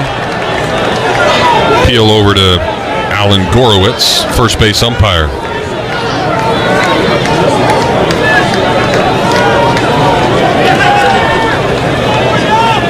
Wilson taking a sweet old time, now back in the box with 10 on the clock. Here's the pitch, and it's another chopper out towards short. Williams has it over by the bag, flips it over to first, and plenty of time for the out. Just continues to do his thing. And I think if they get 6 out of him, I think they'd be really happy. But his pitch count is not particularly high. He's getting outs and not throwing a ton of pitches. Well, he threw 3 times in the conference tournament last week. That's how much they wanted to use him and knew the importance of winning games as Stripling steps in, takes a breaking ball for a strike. He started the first game against South Florida, went 4 1/3, gave up 3 hits and 3 runs, and they yanked him. A breaking ball, it'll miss to Stripling. Then he came in later on in the week against South Florida in relief through an inning and 2/3, allowed just a run as Stripling fouls off a ball here. And then he pitched the next day in the championship game through 2 2/3, gave up 3 hits and just 1 run through 40 pitches that day. Stripling quickly behind 1-2, and here's a liner out to center, and that ball is going to drop. A hanging breaking ball Stripling was able to get a piece of, so the Gators have their first base runner, technically, of the day, because the other 2 hits were homers. Yeah, we're starting to see him leave a few more pitches in the zone, in the hitting zone. He was really sharp early, but that was a hanger. Maybe the Gators could take advantage of this. So in those 3 games in the conference tournament, as Nadeau steps in for the left-on-left matchup, first pitch last week. Here's the 1-1. Nadeau a little tardy on a fastball. in there at 91 miles an hour. Nato struck out his first time. One of 5 strikeouts so far for the ECU left-hander. Breaking ball, and it's in there for strike 2. It's tough, left on left. There's a lot of bend and break to it, so you got to stay on it. Stripling did a good job of doing that. Nato not so good right there. 1-2 pitch is off the plate on a fastball. Norby's got it, ready to go, even from the stretch.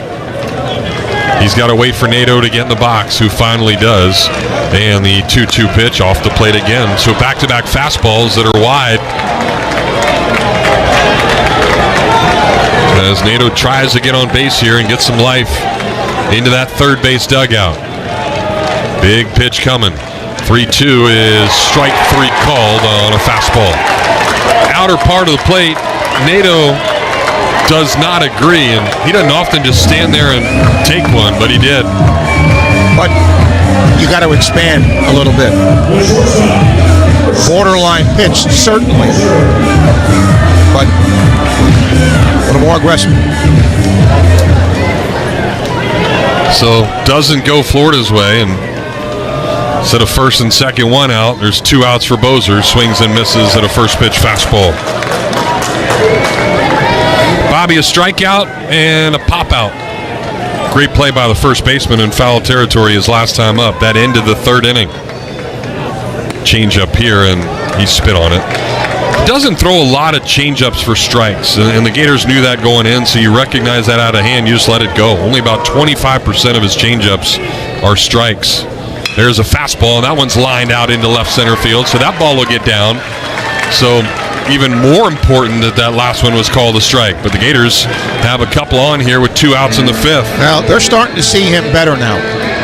And now their bullpen starts to get some guys stretching out. Florida's capable. Now we're going to get a trip to the mound. So don't fold the tent yet, folks. Austin Knight is their pitching coach in his 6th season. Cliff Godwin's been at ECU now for 11 seasons. 75 pitches right now for Norby. 51 strikes, 24 balls. And he'll face Lawson, who homered off of him his last time. Had a really nice at-bat and hit one opposite field into the Gator bullpen. 9-2 is the deficit right now for Florida.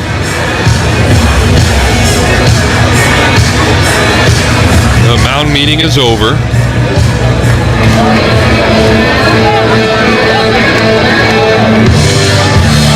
Most pitches that Norby has thrown this year is 103. Did that in that no-hitter. It was a combined no-hitter when he went 7 1/3 against Coastal.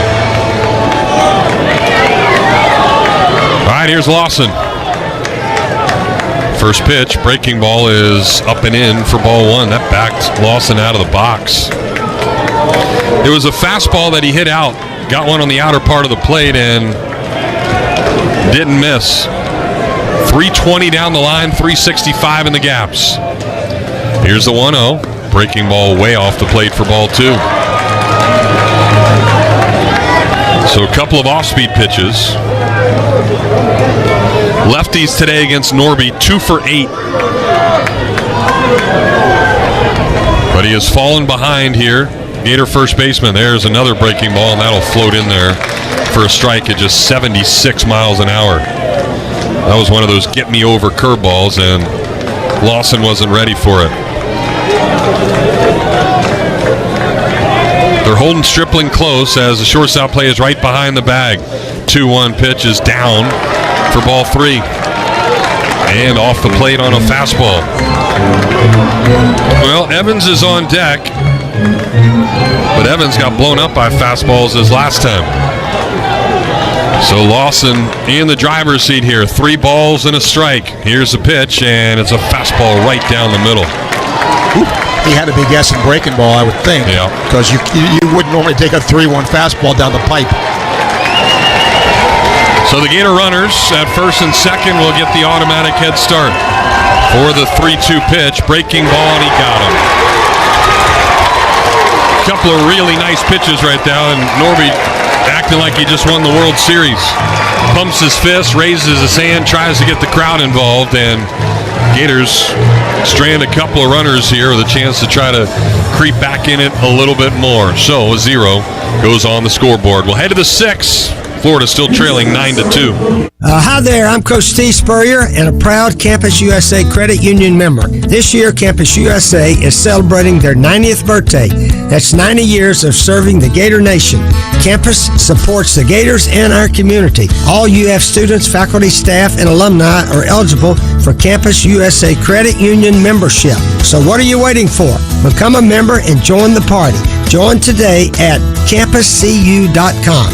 Insured by the NCAA.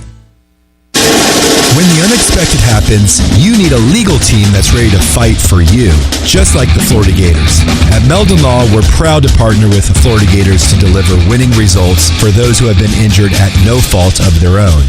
With a strong record of success and a team that won't back down, Meldon Law is your trusted partner in tough times. Call Meldon Law at 352-373-8000 or visit us at meldonlaw.com. Home of the 2017 National Champions. This is University of Florida Baseball.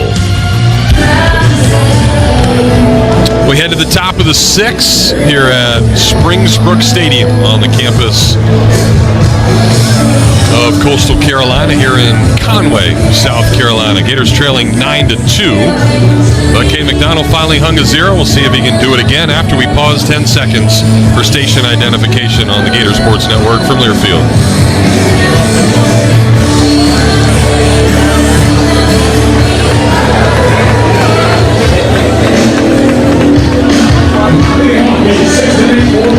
Jeff Cardozo back here with you. Steve Russell alongside Baron Easterly is our producer this afternoon. Thanks for tuning in here on this Friday afternoon. I would say a work day, but you're out there grinding away. The Gators trying to do the same and find their way back into this thing, trailing 9-2. McDonald back to work, facing the bottom 3 hitters here in the order. And he throws ball 1 and now ball 2 to Austin Irby. Left-handed hitting first baseman has gotten hits in his last 2 at-bats here at the bottom part of the order. There's a strike. Good fastball in there at the knees at 90 miles an hour. Big hit was a double off the wall out in left center field his last time up. 284 hitter. Hits this one out to right center field. Yost is going to go try to run it down, but again, this short ballpark is going to see it leave. So how about the day for Austin Irby? Single, a double, and now a homer. And after the Gators couldn't score, it's right back on the board for ECU, and they've got double digits. That's a momentum killer. Florida got the 2 back in the 4th, had a chance in the 5th, and one swing of the bat, Kevin O'Sullivan's out for a pitching change.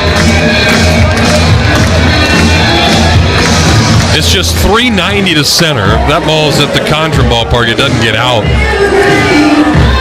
And 365 in the right center field gap, and he took advantage of it with that wind blowing out as well. So that'll do it for McDonald. Goes an inning plus, and another call to the bullpen. Brought to you by Meldon Law. Looks like Alex Philpott will be the one to come into this ballgame. So we'll tell you about him when we come back on the Gator Sports Network from Learfield. College softball season is in full swing, and we're just the ones to talk about it. Join me, former Florida Gators All-American Amanda Lorenz, and my co-host, Jennifer Sarah, every week as we deliver the latest in college softball on the D1 Softball Podcast. We've got all the latest, whether it is in the circle or in the batter's box. We have interviews with coaches, players, and more. We'll go through the week's top 25 poll and give our insights, as well as our plays, wins, and whiffs of the week. Let us get you in the know on all things college softball. Listen on D1Softball.com and the Varsity Network app.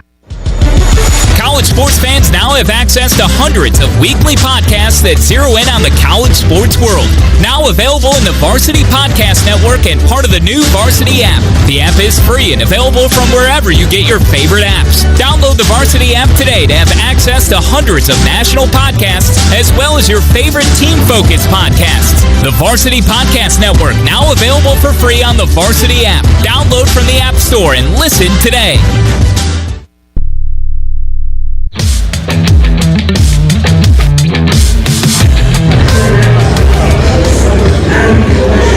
So the Gators go to the pen once again. This will be arm number 5 already for Kevin O'Sullivan today, and we're only playing in the 6th inning here of this regional opener against East Carolina.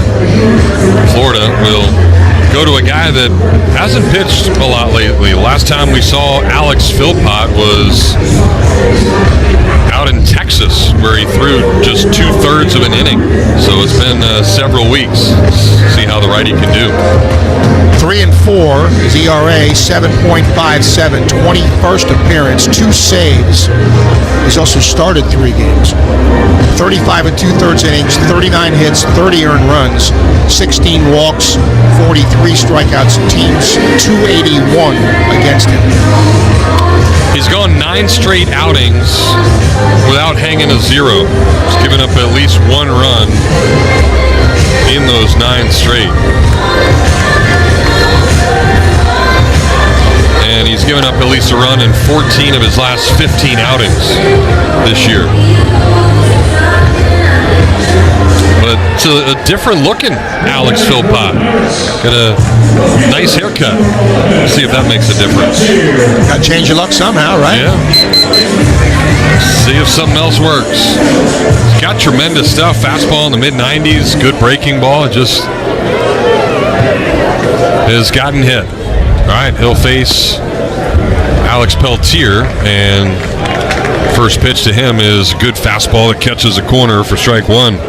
Peltier doubled on an 0-2 breaking ball his last time up. It drove in a couple of runs. Breaking ball there, and it just misses off the plate on a nice slider, but it's not called. And that was a huge hit. Yep. With a guy that's hitting, 209 or whatever, to have that success. It was 6-0 at the time, and made it 8 as this breaking ball is fouled off for strike 2. So the Gators now down 10-2.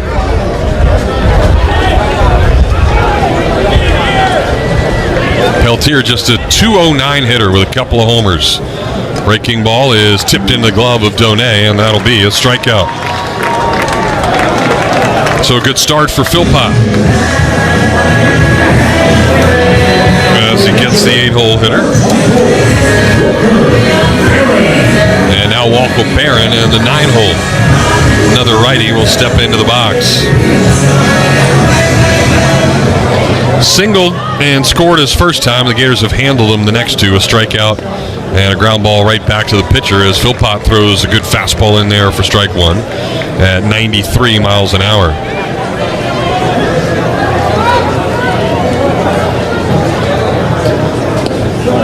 Breaking ball, and that one will miss.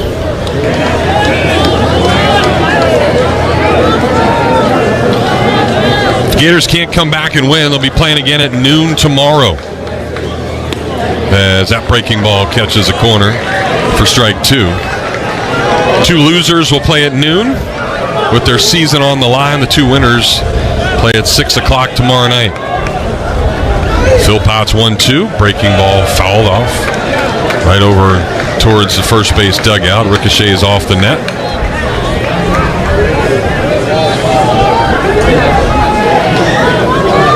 ECU this year, as this breaking ball is down in the dirt, when they score first, they usually win. They're 26-6, and they get off to a very comfortable lead in this one. It was 9-0 before the Gators hit a couple of homers in the 4th inning. Their slider off the plate for ball 3.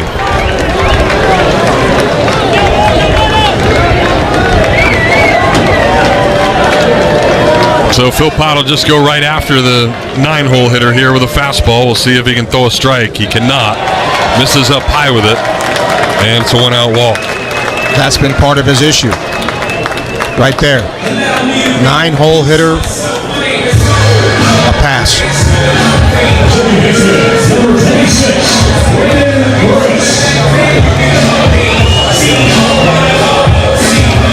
So back to Braden Burris. He'll hit for the 5th time now in 6 innings. And he's been on base every time. Bunt single to get started. Then a legit single in the 2nd. He was intentionally walked in the 3rd. Hit by a pitch in the 4th. 398 hitter as a freshman, which is the best batting average for a freshman in the country. And Philpott will miss down low with a first pitch fastball. 4 homers, 29 ribbies for a guy that hit better than 500 in high school. And Philpott will miss badly with a slider for ball 2.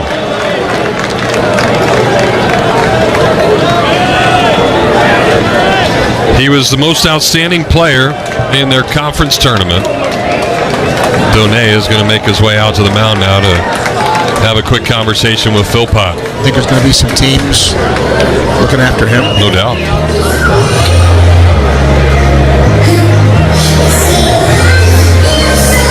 No pitcher today for the Gators has gone more than an inning and a third. And I think that's part of the strategy, too, for Kevin O'Sullivan.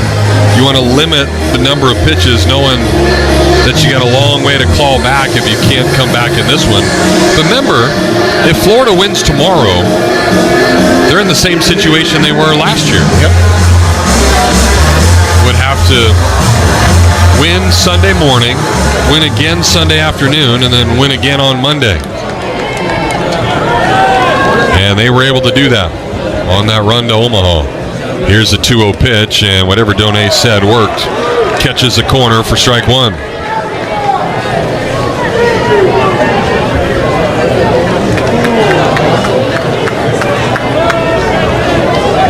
Middle infielders at double play depth. And Philpott's 2-1 pitch is way off the plate again. He just cannot throw that slider for a strike. Got a lot of movement on it, but he's babying it, not attacking the zone. So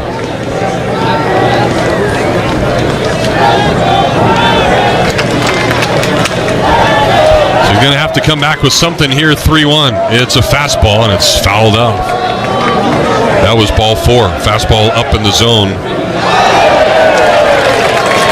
And it ricochets off the roof.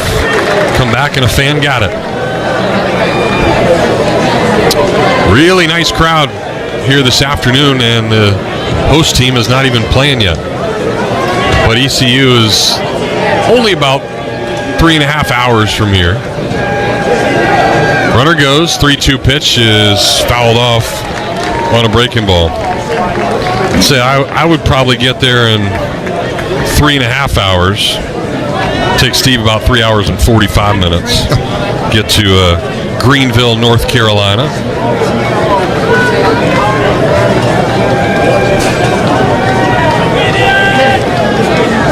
So another 3-2 pitch coming to leadoff man. Runner goes again, and the pitch is high, so it will not matter. Back-to-back walks here, and ECU in business again, and here comes Kevin O'Sullivan. He's worn a path, hasn't he, today? Well, he's trying to trust Philpott, and for some reason, Alex just hasn't been able to do anything on the mound. The opportunities have lessened and lessened, and you certainly can't afford walks. So another Meldon Law call to the bullpen. Christian Rodriguez will be the next Gator arm, and we'll give you his numbers when we come back on the Gator Sports Network from Learfield. To all our Gator baseball fans listening in, stay in the game and play by the rules. Put down your phone and set aside all other distractions. One text takes your eyes off the road for about 5 seconds. At 55 miles per hour, that's like driving around the entire diamond with your eyes closed. To win while driving, you must focus. Put it down and focus on driving to arrive alive. Brought to you by the Florida Department of Highway Safety and Motor Vehicles.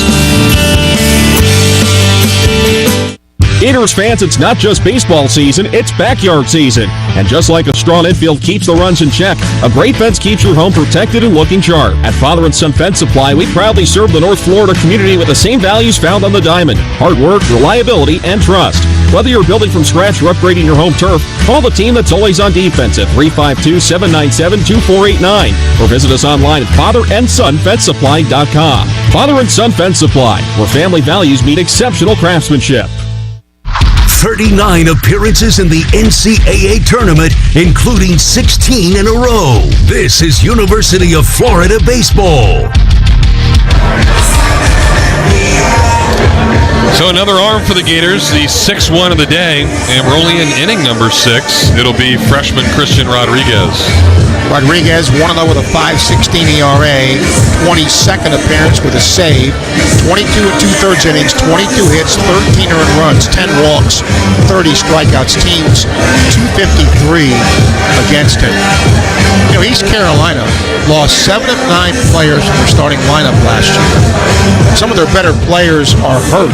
This is not, some of these guys playing today are not the guys, much like Florida, that they thought were going to play, but they caught fire at the right time in the tournament to get here. And they're playing good today. Yeah, and you certainly know the history of Cliff Godwin. He's been tremendous over there for ECU, and he's had opportunities to go other places, and he's always stuck it out. Name comes up for big jobs all the time, but he likes to be a part of that pirate environment. It's one of the crazier environments in college baseball. And he's got his guys playing. 31 newcomers to the team this year. And they're obviously figuring it out at the right time.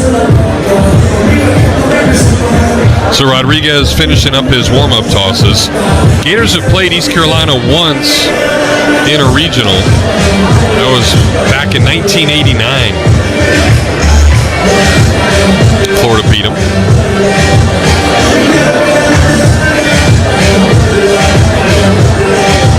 And Cliff Godwin now, in his 11 years, has made 9 regionals.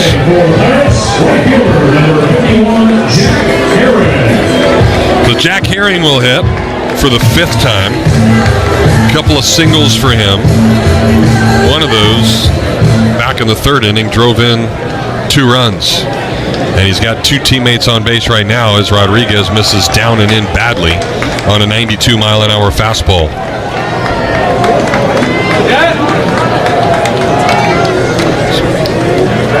Be the 23rd inning of the year for Rodriguez. 1-0 changeup is way off the plate for ball 2.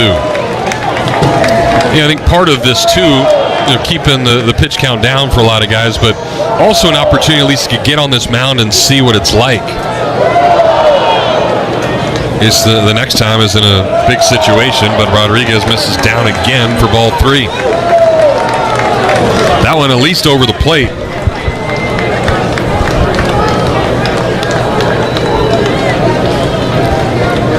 So now you got to work your way all the way back from a 3-0 count. And it's a fastball right through there.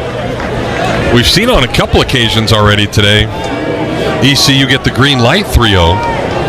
And both times they did, base hits. But Herring laid off of that one. So now the 3-1 coming his way, and it misses down to load the bases. So 3 walks after Phil Potts struck out the first guy he faced. And the bags are full for the 3-hole hitter. Well, now you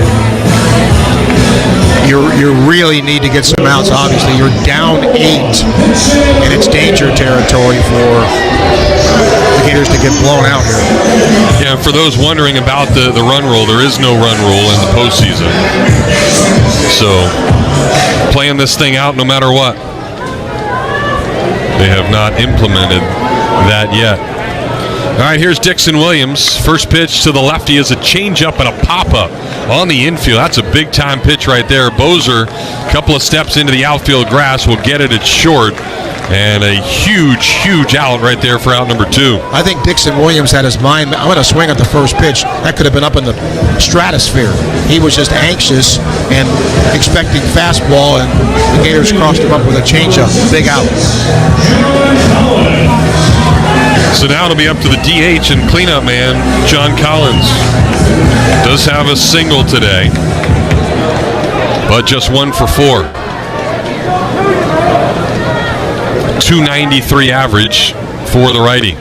And a first pitch slider to him is just off the plate for ball 1. Jeff Head, Gators have had several times behind the plate, including in the SEC tournament, is the guy back there right now. 1-0 pitch is a swing and a miss. Good fastball on the outer part of the plate at 94. That one surprised Collins. Collins was 3 for 5 in the Charlotte win in the AAC tournament. Rodriguez tried another fastball and missed with it off the plate at 93 that time. Gators trailing 10-2. It's the 4th time in 6 innings that ECU has loaded the bases against Gator pitching today. 2-1 changeup is hammered but foul down the left field line. That one just hanging right out over the middle part of the plate. And he was early. Good thing. Yep. 6 homers on the year. Don't see a lot of number 66s out there, but that's what he's got. So now the 2-2, and it's slapped foul first base side that time on a fastball.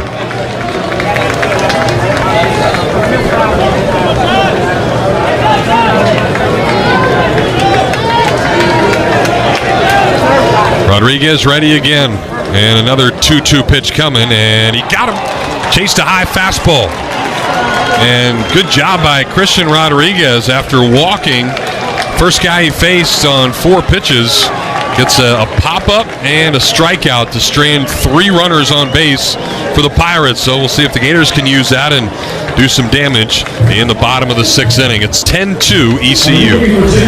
You've been putting back a few, and a few becomes a few too many. For a moment, you think of calling for a ride, but nah, you live nearby. What's the worst that could happen?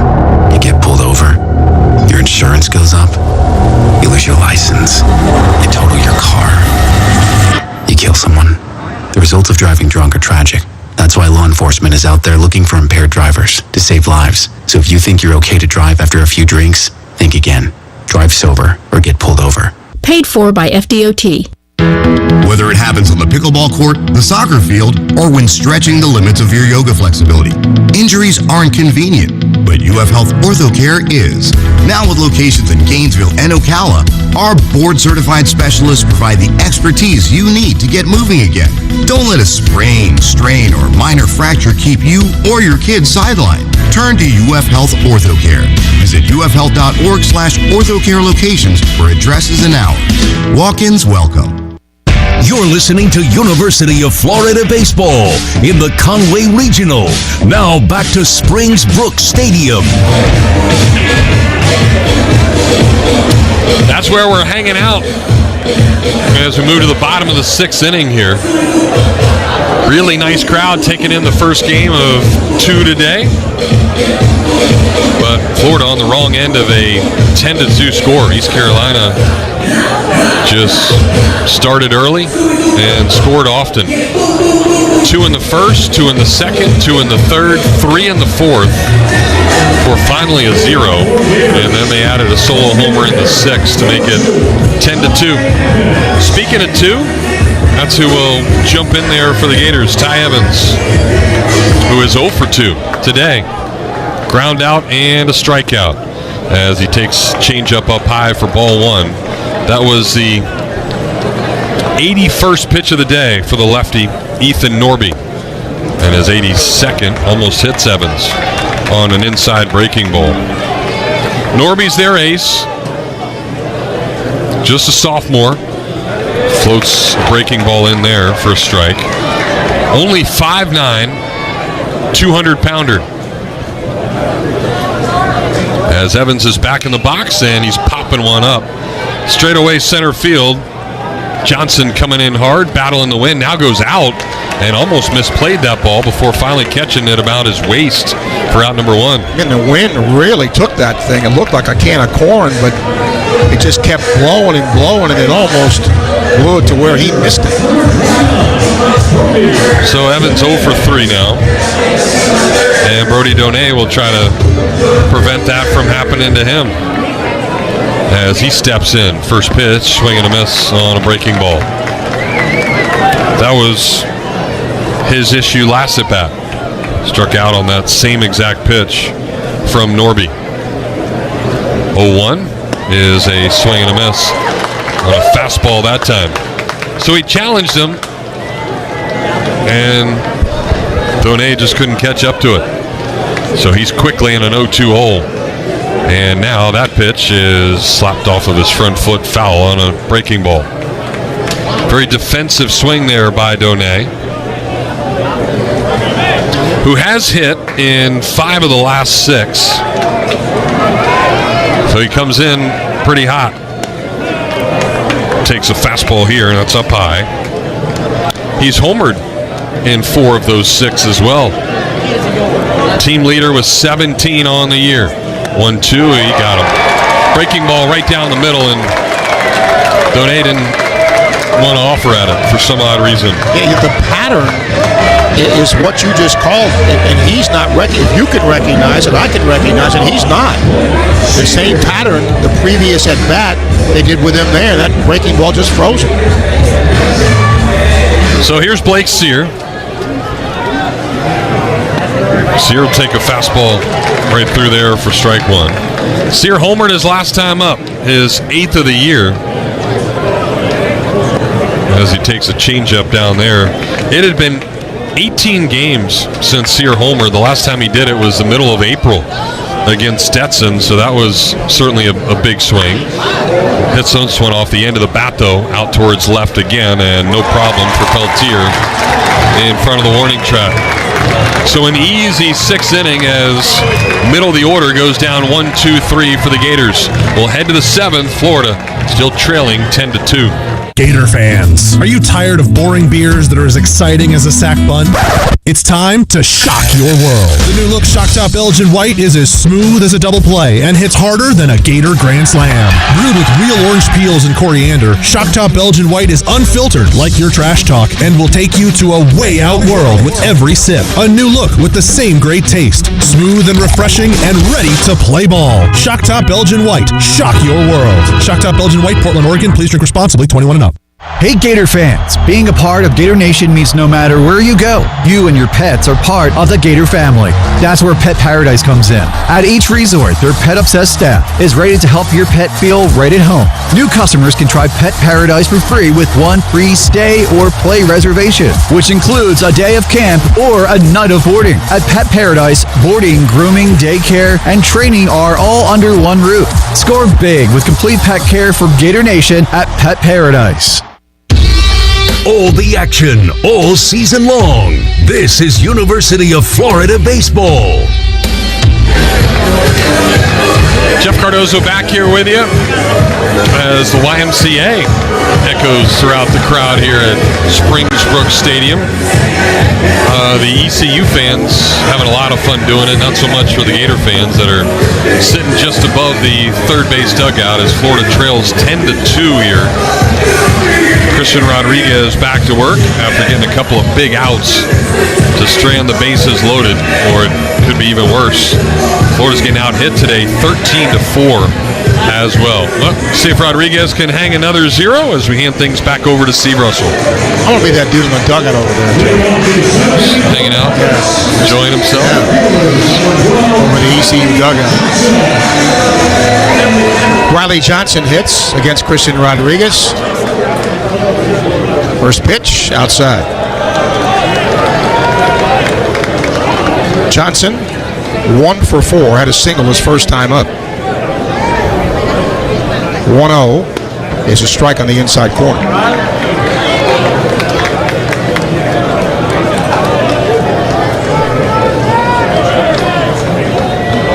1-1. Change up. It's not close. 2-1. They don't quite play him to shift in the infield, but they do play him to pull the outfield straight away. 2-1. Swing, line drive, base hit, right field. Well, he pulled it, but a belt-high fastball right over the middle is a pretty easy pitch to do that. Colby Wallace, sacrifice fly, fly to right, single, pop to second. They've got 14 hits now. Florida has 4. And they've had the leadoff man on in 5 of 7 innings.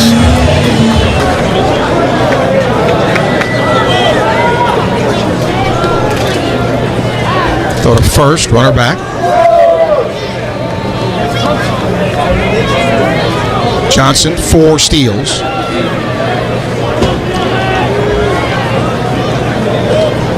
Wallace's average, 276. He's got 10 homers. Runner goes, pitch, a strike. Throw to second is not in time. Stolen base. Not a good throw by Donay. I thought he had a chance, but he one-hopped it to the shortstop side of the bag. So really no chance for Nato to then go get it.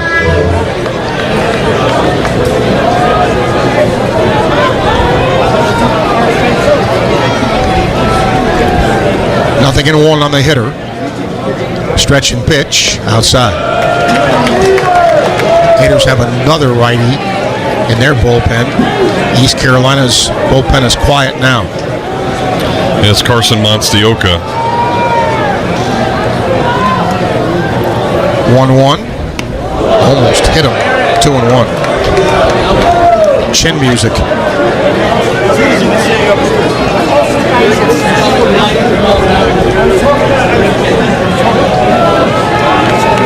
10-2.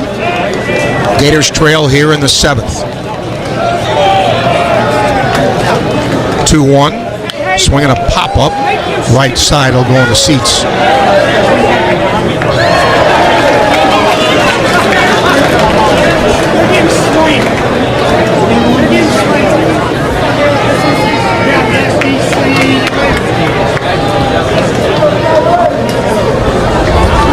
Two and 2 on Wallace. Stretch and pitch. Ball 3 on a changeup.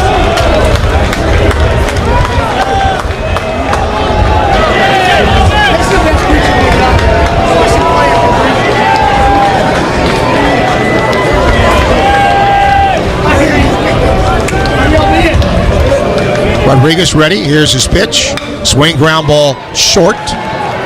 Go to first. In time. Runner moves to third. Good fastball in. He jammed Wallace, but Wallace did his job. Moved the runner over by at least hitting it to the second base side of short. Austin Irby now had a big day. 3 hits. A single, a double, a homer. He's a triple shy of the cycle. Gators bring the infield in. From the stretch, the pitch is in the dirt. Ball 1.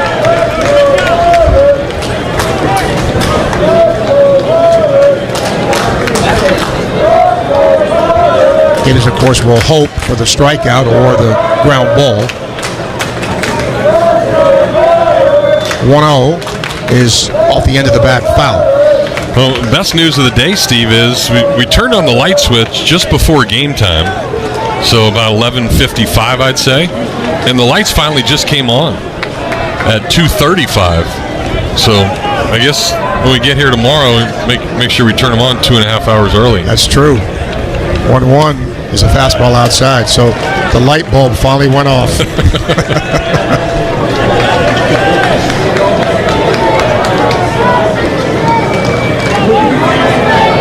2-1. Pitch. Swing a little flare to right center field. That's going to fall for a hit. It's a 4-hit day for Irby, and they add to their lead. It's 11-2. Yeah, that dude's seeing it. And remember, he's the one that also made that great play in foul territory at first. So this might be the best day of his life. Just a really nice job on that changeup. It was down in the zone. It didn't fool him like he was looking for it. waded back and just got his hands through the baseball to deliver the single. Kevin O'Sullivan, another trip to the mound, another new pitcher. Meldon Law called to the bullpen. We'll give you the numbers, tell you who it is after these messages on the Gator Sports Network from Learfield. To all our Gator baseball fans listening in, stay in the game and play by the rules. Put down your phone and set aside all other distractions. One text takes your eyes off the road for about 5 seconds. At 55 miles per hour, that's like driving around the entire diamond with your eyes closed. To win while driving, you must focus. Put it down and focus on driving to arrive alive. Brought to you by the Florida Department of Highway Safety and Motor Vehicles. Gators fans, it's not just baseball season, it's backyard season. And just like a strong infield keeps the runs in check, a great fence keeps your home protected and looking sharp. At Father & Son Fence Supply, we proudly serve the North Florida community with the same values found on the diamond: hard work, reliability, and trust. Whether you're building from scratch or upgrading your home turf, call the team that's always on defense at 352-797-2489 or visit us online at fatherandsonfencesupply.com. Father & Son Fence Supply, where family values meet exceptional craftsmanship. 39 appearances in the NCAA tournament, including 16 in a row. This is University of Florida baseball. Squeeze play where it should have been an out, and the ball popped out of Donet's glove as well. And then just the floodgates opened after that. 4 innings when they put up crooked numbers. A chance to do it again here. Peltier, a 207 hitter. Monstioka's breaking ball's a strike.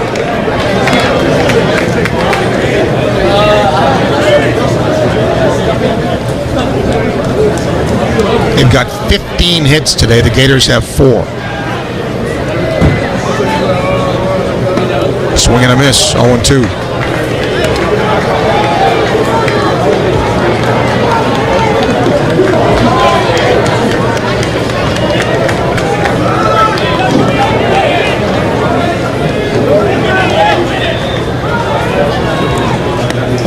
Breaking ball, strike 3. They just floated some breaking balls up there in high 70s, and that one confused Peltier. Walker Barron, the catcher, 1 for 3 with a walk. And I can't count. I forgot Luke McNeely. Florida's used 7 pitchers today. Not 6. Stretch and pitch, a fastball, ball 1.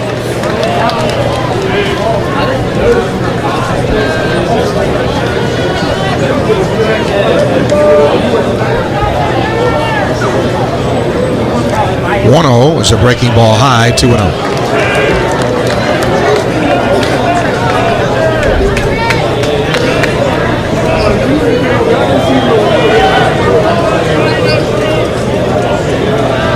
Gator softball tries to keep alive their season tonight, taking on Tennessee in the College World Series. There's a strike, 2-1.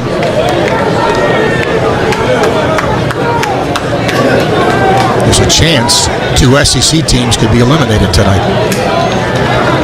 1 will be. 2-1. Swung, line drive left. Sear going back there, makes the catch. A run, a couple of hits, 1 left. Time to stretch the ballpark through 6.5. ECU 11, Florida 2. When the unexpected happens, you need a legal team that's ready to fight for you, just like the Florida Gators. At Meldon Law, we're proud to partner with the Florida Gators to deliver winning results for those who have been injured at no fault of their own. With a strong record of success and a team that won't back down, Meldon Law is your trusted partner in tough times. Call Meldon Law at 352-373-8000 or visit us at meldonlaw.com. Gator Nation, this season it's time to act for the greener good. UF and GFL are making great strides to reduce our footprint, and you can help. Recyclable and compostable paper products, cups, straws, and food waste receptacles are available at the stadium. Look for the signs and put it in the right can, Greener Gator fan. Think green as you cheer on the orange and blue. Call GFL at 1-800-535-9533 or visit us at gflenv.com. GFL, green for life. You're listening to University of Florida Baseball in the Conway Regional. Now back to Springs Brook Stadium. Well, mildly surprising. The sophomore Ethan Norby back out there, even though his team's up 9. Yeah, I guess at this point you've already burned him, so to speak. The thing to do would have probably been getting out of there after 4, when at that point he had only thrown 57 pitches, and you could say, okay, well, if we want to win this thing, we could probably trust our bullpen to not give up 9 runs, and then we can use them again on Sunday or potentially Monday if you needed to. Instead, he's going to throw again, and I mean, you're talking about a guy now that's going to get over 100 pitches after this inning. Yeah, unless they feel that, if it's a Monday situation, they could use him. But yeah, I'm with you, Jeff. I don't get it. Hayden Yost leads off. He's 0 for 2.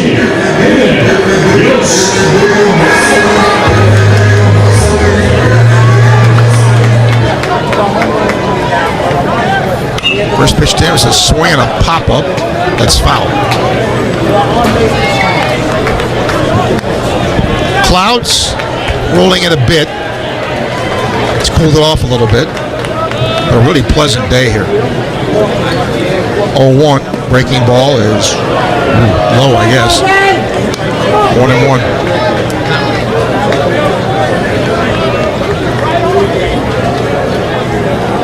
1-1. Breaking ball, strike 2. Yost just 3 of his last 26. His average at 268. 1-2 in the dirt, 2-2.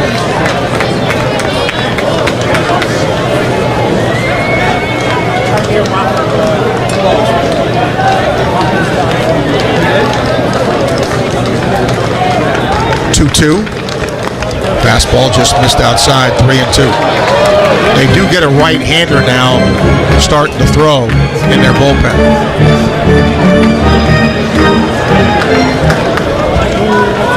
3-2, swing, ground ball, short, throw across, in time.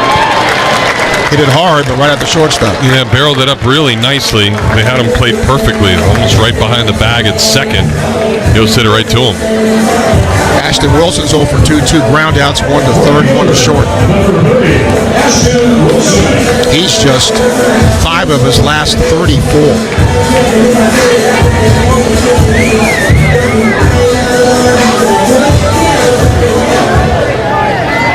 His average down to 222. Sees a breaking ball, and first pitch hacks and fouls it away.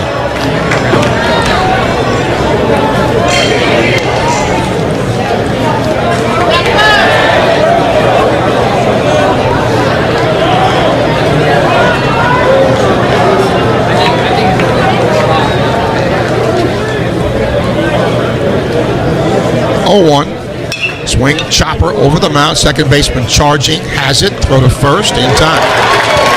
2 balls right over the bag, basically, and there's been fielders there to get him. So good positioning as Norby continues to get ground balls here against the Gators. He's done a good job of keeping the ball down in the zone.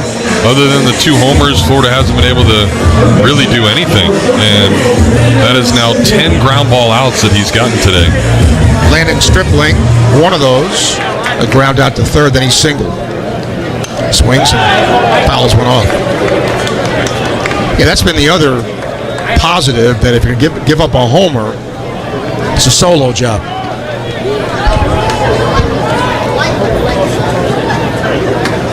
(0-1), a fast strike, 0-2.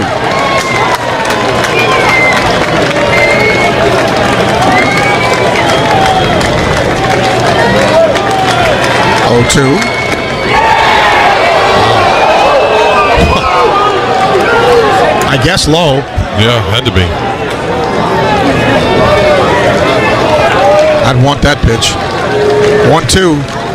Check to swing. Did he go around? He did for strike 3. And again, Norby, all kinds of gyrations, but Hey, he's earned it. Gators go 1-2-3 in the 7th. They trail 11-2. Gators fans, it's not just baseball season, it's backyard season. And just like a strong infield keeps the runs in check, a great fence keeps your home protected and looking sharp. At Father and Son Fence Supply, we proudly serve the North Florida community with the same values found on the diamond: hard work, reliability, and trust. Whether you're building from scratch or upgrading your home turf, call the team that's always on defense at 352-797-2489 or visit us online at fatherandsonfencesupply.com. Father and Son Fence Supply, where family values meet exceptional craftsmanship. To all our Gator baseball fans listening in, stay in the game and play by the rules. Put down your phone and set aside all other distractions. One text takes your eyes off the road for about 5 seconds. At 55 miles per hour, that's like driving around the entire diamond with your eyes closed. To win while driving, you must focus. Put it down and focus on driving to arrive alive. Brought to you by the Florida Department of Highway Safety and Motor Vehicles. 16 SEC championships. This is University of Florida baseball. 11 runs, 15 hits, no errors for the Pirates.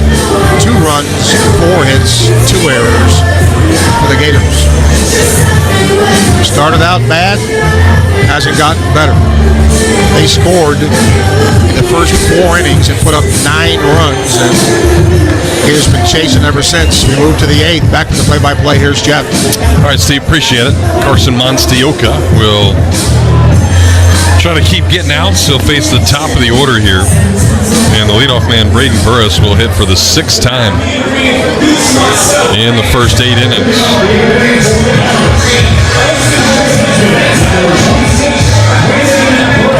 Everybody's starting in this double elimination tournament, trying to get to Omaha, of course.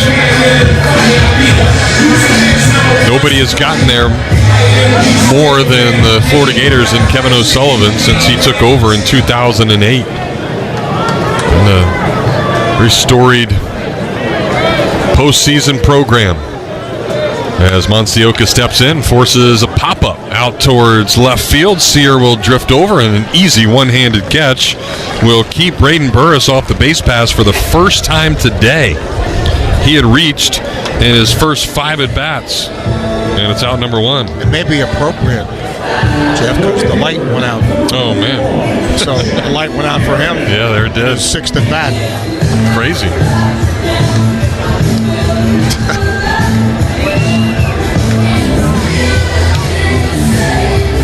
Cliff Godwin's calling timeout now. He wants to talk to Jack Herring, slow things down here for a minute.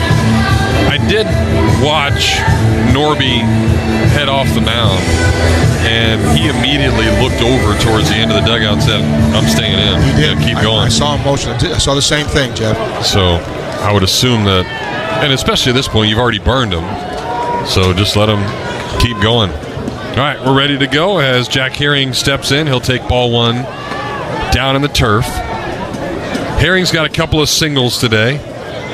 One in the 2nd, one again in the 3rd as he takes a fast strike on the corner. He's also walked, struck out, and flown out.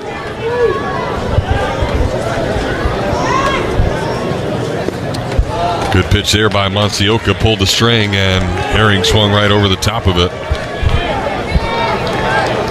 for strike 2.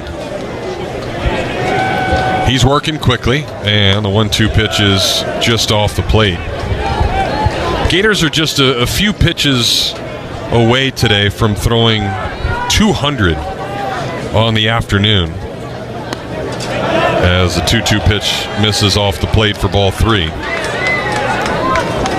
And that's probably the one number you can give and tell you how this game's going, as there is a swing and a miss. Good pitch down and in by Monstioka, and he's got himself his 2nd strikeout and 4 hitters. Well, he's done a good job. He's silenced their bats here for the most part. And look, all you can do is you get your number called, go out and perform. He's done that. So this will be the 198th pitch for Gator pitching today. On the other side, Norby has thrown just 104. Gators have thrown almost 100 more pitches today than ECU. And this one is hit hard, but right at Lawson, the first baseman, and he'll easily gobble it up, step on the bag, and retire the side. So the quickest inning yet. And Carson Monsioka has retired all 5 guys that he has faced. And another 0 goes up on the board. Just the second one this afternoon for ECU. We'll go to the bottom of the 8th. Florida trailing 11-2. Whether it happens on the pickleball court, the soccer field, or when stretching the limits of your yoga flexibility, injuries aren't convenient, but UF Health OrthoCare is. Now with locations in Gainesville and Ocala, our board-certified specialists provide the expertise you need to get moving again. Don't let a sprain, strain, or minor fracture keep you or your kids sidelined. Turn to UF Health OrthoCare. Visit ufhealth.org/orthocare locations for addresses and hours. Walk-ins welcome. You've been putting back a few, and a few becomes a few too many. For a moment, you think of calling for a ride, but nah, you live nearby. What's the worst that could happen? You get pulled over, your insurance goes up, you lose your license, you total your car, you kill someone. The results of driving drunk are tragic. That's why law enforcement is out there looking for impaired drivers to save lives. So if you think you're okay to drive after a few drinks, think again. Drive sober or get pulled over. Paid for by FDOT. 14 College World Series appearances. This is University of Florida Baseball. Well, Norby is back out there to face the Gators here in the bottom of the 8th. It'll be 9-1-2 coming up for Florida as Gators trail by 9-11-2. Let's pause 10 seconds for station identification. You're listening to Gator Baseball, Gator Sports Network from Learfield.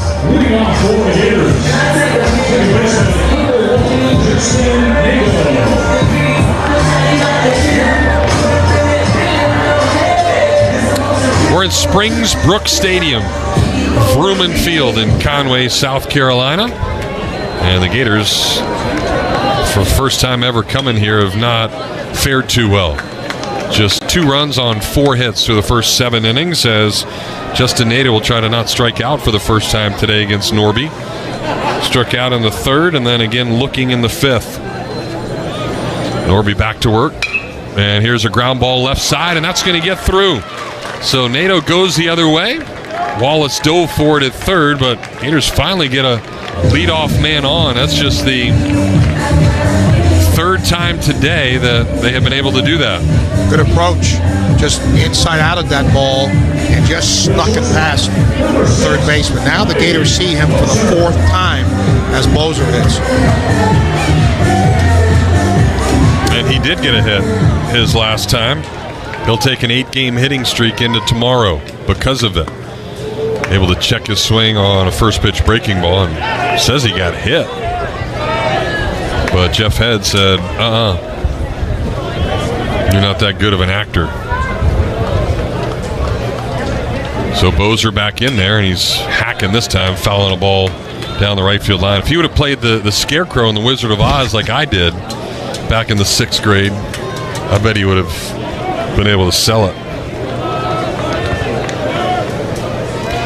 Now ball and a strike to Bobby. Fastball, and he missed it. Good pitch to hit up in the zone, and he couldn't connect on 90 miles an hour.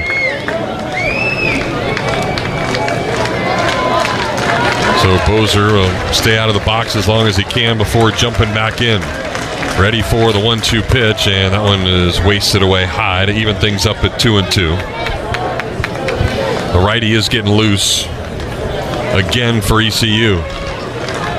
As we approach 3 hours on the day, this will be the 111th pitch for Ethan Norby. And it is a swing and a miss on a breaking ball. So Bozer can't connect, and it's another strikeout for Norby. Well, you would think after Lawson, Evans, Donay, Sear, 3 righties. If he reaches, that might be the time to finally get him out. 10 strikeouts now for the lefty. 8 of the 10 have been swinging, including this guy his last time up, Brendan Lawson. Takes first pitch fastball inside for ball 1. Lawson got the Gators' first hit, a homer into the Florida bullpen down the left field line. back in the fourth inning. Sear hit a homer a couple of guys later and made it 9-2 as Lawson fouls one off down the left field line. But then 2 unanswered by ECU. And that's why the Gators trail by 9. And it could be a lot worse. ECU has left 13 runners on base today. Gators just 3. There's not been a lot of traffic. As Lawson swings through a fastball down and in under the hands. The homer he hit was his 10th. And it was big. He had just homered once in the last 23 games. Here's the 1-2. Able to check his swing on a breaking ball there. They're not even holding Nato on as he gets his lead from first base. 2-2 to Lawson. Ground ball back up the middle. That's going to find center field. Nato with a good turn. He's going to make it over to third. So a couple of singles with a couple of lefties here. And Gators still have some life in them. Well, we'll see. Again, now you got 3 righties, and he's thrown, 115, 120 pitches. You'd think trying to go get him. No sign they're going to do that. He threw 109 pitches in 7 2/3 against Wichita State. And now they will try to slow things down here. So there was a signal from the pitching coach, Austin Knight, to make his way out there. And that's going to do it. Those guys were hugging.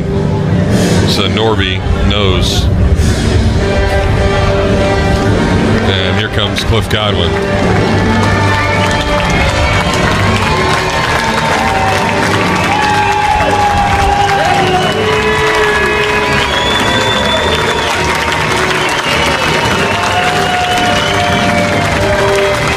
Well, Norby's got to hug everybody before he leaves. I mean, this ain't the World Series. He's going to hug the relief pitcher coming in, too. Yeah, he's just going to hang out there and wait. He allows everybody to start chanting Norby, soak in as much of it as he can. All right, we'll take a break. Meldon Law called to the bullpen and tell you about the righty coming in when we come back on the Gator Sports Network from Learfield.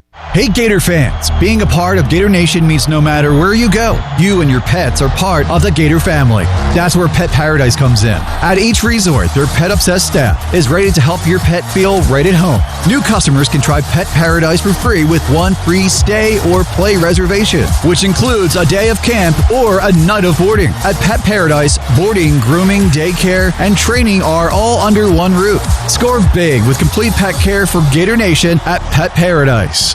Gator fans, are you tired of boring beers that are as exciting as a sack bun?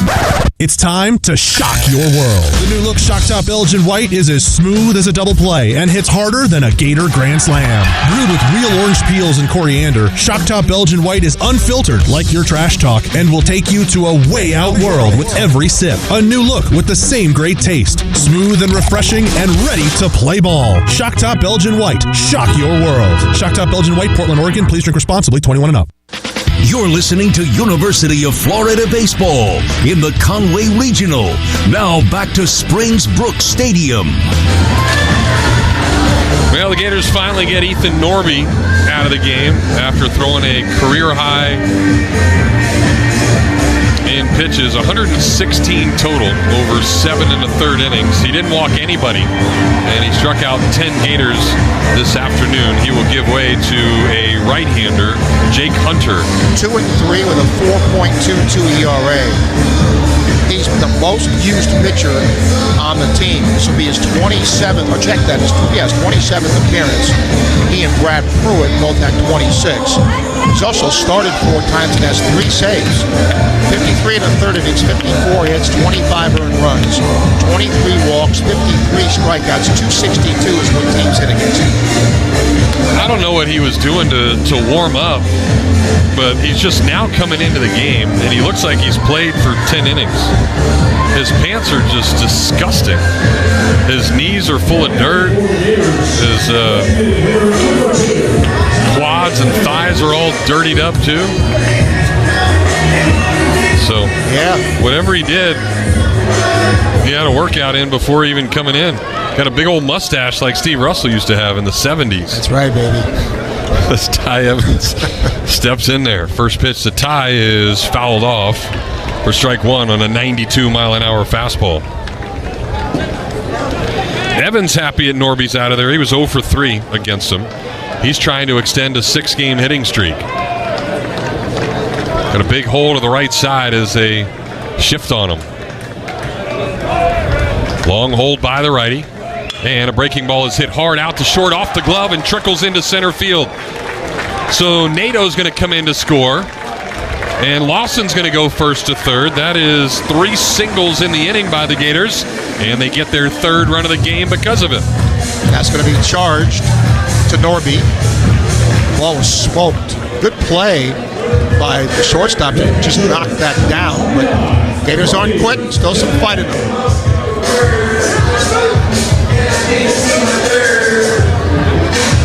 7 hits now for Florida.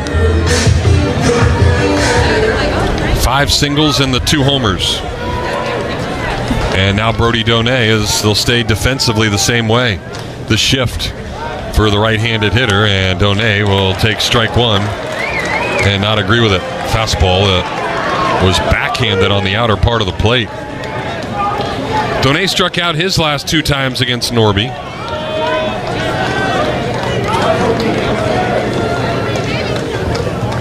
There's another fastball, and he missed it for strike 2. So back-to-back heaters, both at 92. And Donay trying to avoid the hat trick. 9 for his last 25 at the plate. Here's the 0-2, and he let that one go by up high. It's a lot of weather going on, so the Gators fortunate they haven't had to deal with it. Many of the early regional games in weather delays. In Southern Miss, at Georgia. Now the 1-2 pitch is fouled off. Got a piece of that fastball.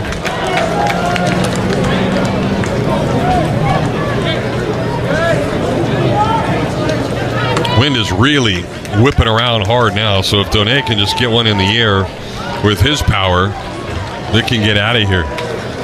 No problem.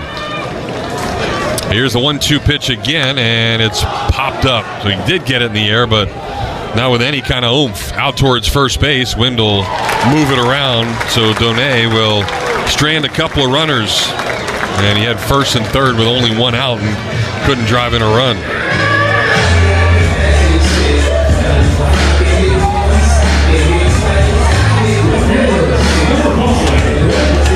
So Lawson stays at third, Evans at first, and now 2 outs for Blake Sear.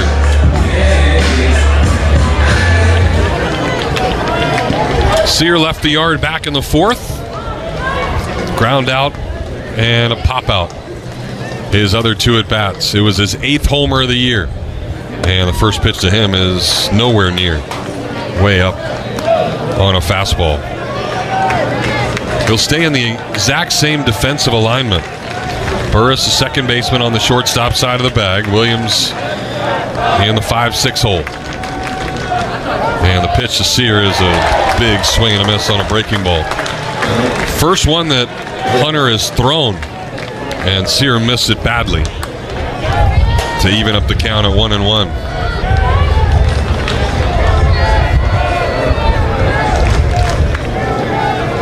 And now the pitch missed up high.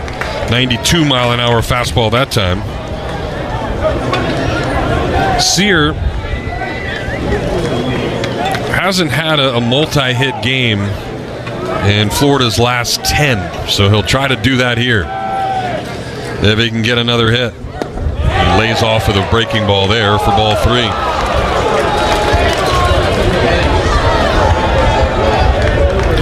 Recognized that one out of the hand and took it nicely. So he'll have the advantage in the count. And see if he can square up a fastball. Here's a 3-1 pitch. They go breaking ball, and it floats in there for a strike. Good job there by Hunter, as Sear was not looking for that. So it brings the count full. Evans will be leaving from first base. There he goes. And the pitch is right through there. He took a fastball down the heart of the plate. And the Gators strand 2 more. That's been the story of this afternoon. Florida does get a run on the Evans RBI single, but still trails it as we go to the 9th, 11-3. Gator fans, are you tired of boring beers that are as exciting as a sack bunt? It's time to shock your world. The new look Shock Top Belgian White is as smooth as a double play and hits harder than a Gator Grand Slam. Brewed with real orange peels and coriander, Shock Top Belgian White is unfiltered like your trash talk and will take you to a way out world with every sip. A new look with the same great taste. Smooth and refreshing and ready to play ball. Shock Top Belgian White. Shock your world. Shock Top Belgian White, Portland, Oregon. Please drink responsibly. 21 and up. Hey Gator fans, being a part of Gator Nation means no matter where you go, you and your pets are part of the Gator family. That's where Pet Paradise comes in. At each resort, their pet-obsessed staff is ready to help your pet feel right at home. New customers can try Pet Paradise for free with 1 free stay or play reservation, which includes a day of camp or a night of boarding. At Pet Paradise, boarding, grooming, daycare, and training are all under one roof. Score big with complete pet care for Gator Nation at Pet Paradise. All the action, all season long. This is University of Florida Baseball. Well, the Gators trailing 11-3. And if you get hurt like Florida did early on in this one, it was 9-0 through the first 4 innings. Then you can get some relief with UF Health. Get hurt doing anything. Pickleball, soccer, golf. You know, there's some YouTubers out there that try to stick a tee in their mouth and have a dude hit it off the tee. You need ortho. Get some dental work if that's the case, but UF Health will take care of all of it. They've got locations in Gainesville and Ocala. Visit ufhealth.org/orthocare. Get all the hours and addresses. But in Gainesville, they're open 7 days a week for you. Pinch hitter here, Roger Vergara is going to pinch hit. He'll hit in the cleanup spot for John Collins. Collins only had 1 hit today, and that was the only time he got the ball out of the infield. So he did not have a good day. Matsuoka has been good, and he induces a ground ball here as Vergara hits one right over to Lawson, and the Gator first baseman will scoop it up, step on the bag for out number 1. He has done a good job. Gators haven't had many bright spots today, but his relief has been good. He's retired all 6 guys that he's faced here in the latter part of the game. He'll try to get Riley Johnson to make it 7. Johnson a couple of singles in his part of the box score today.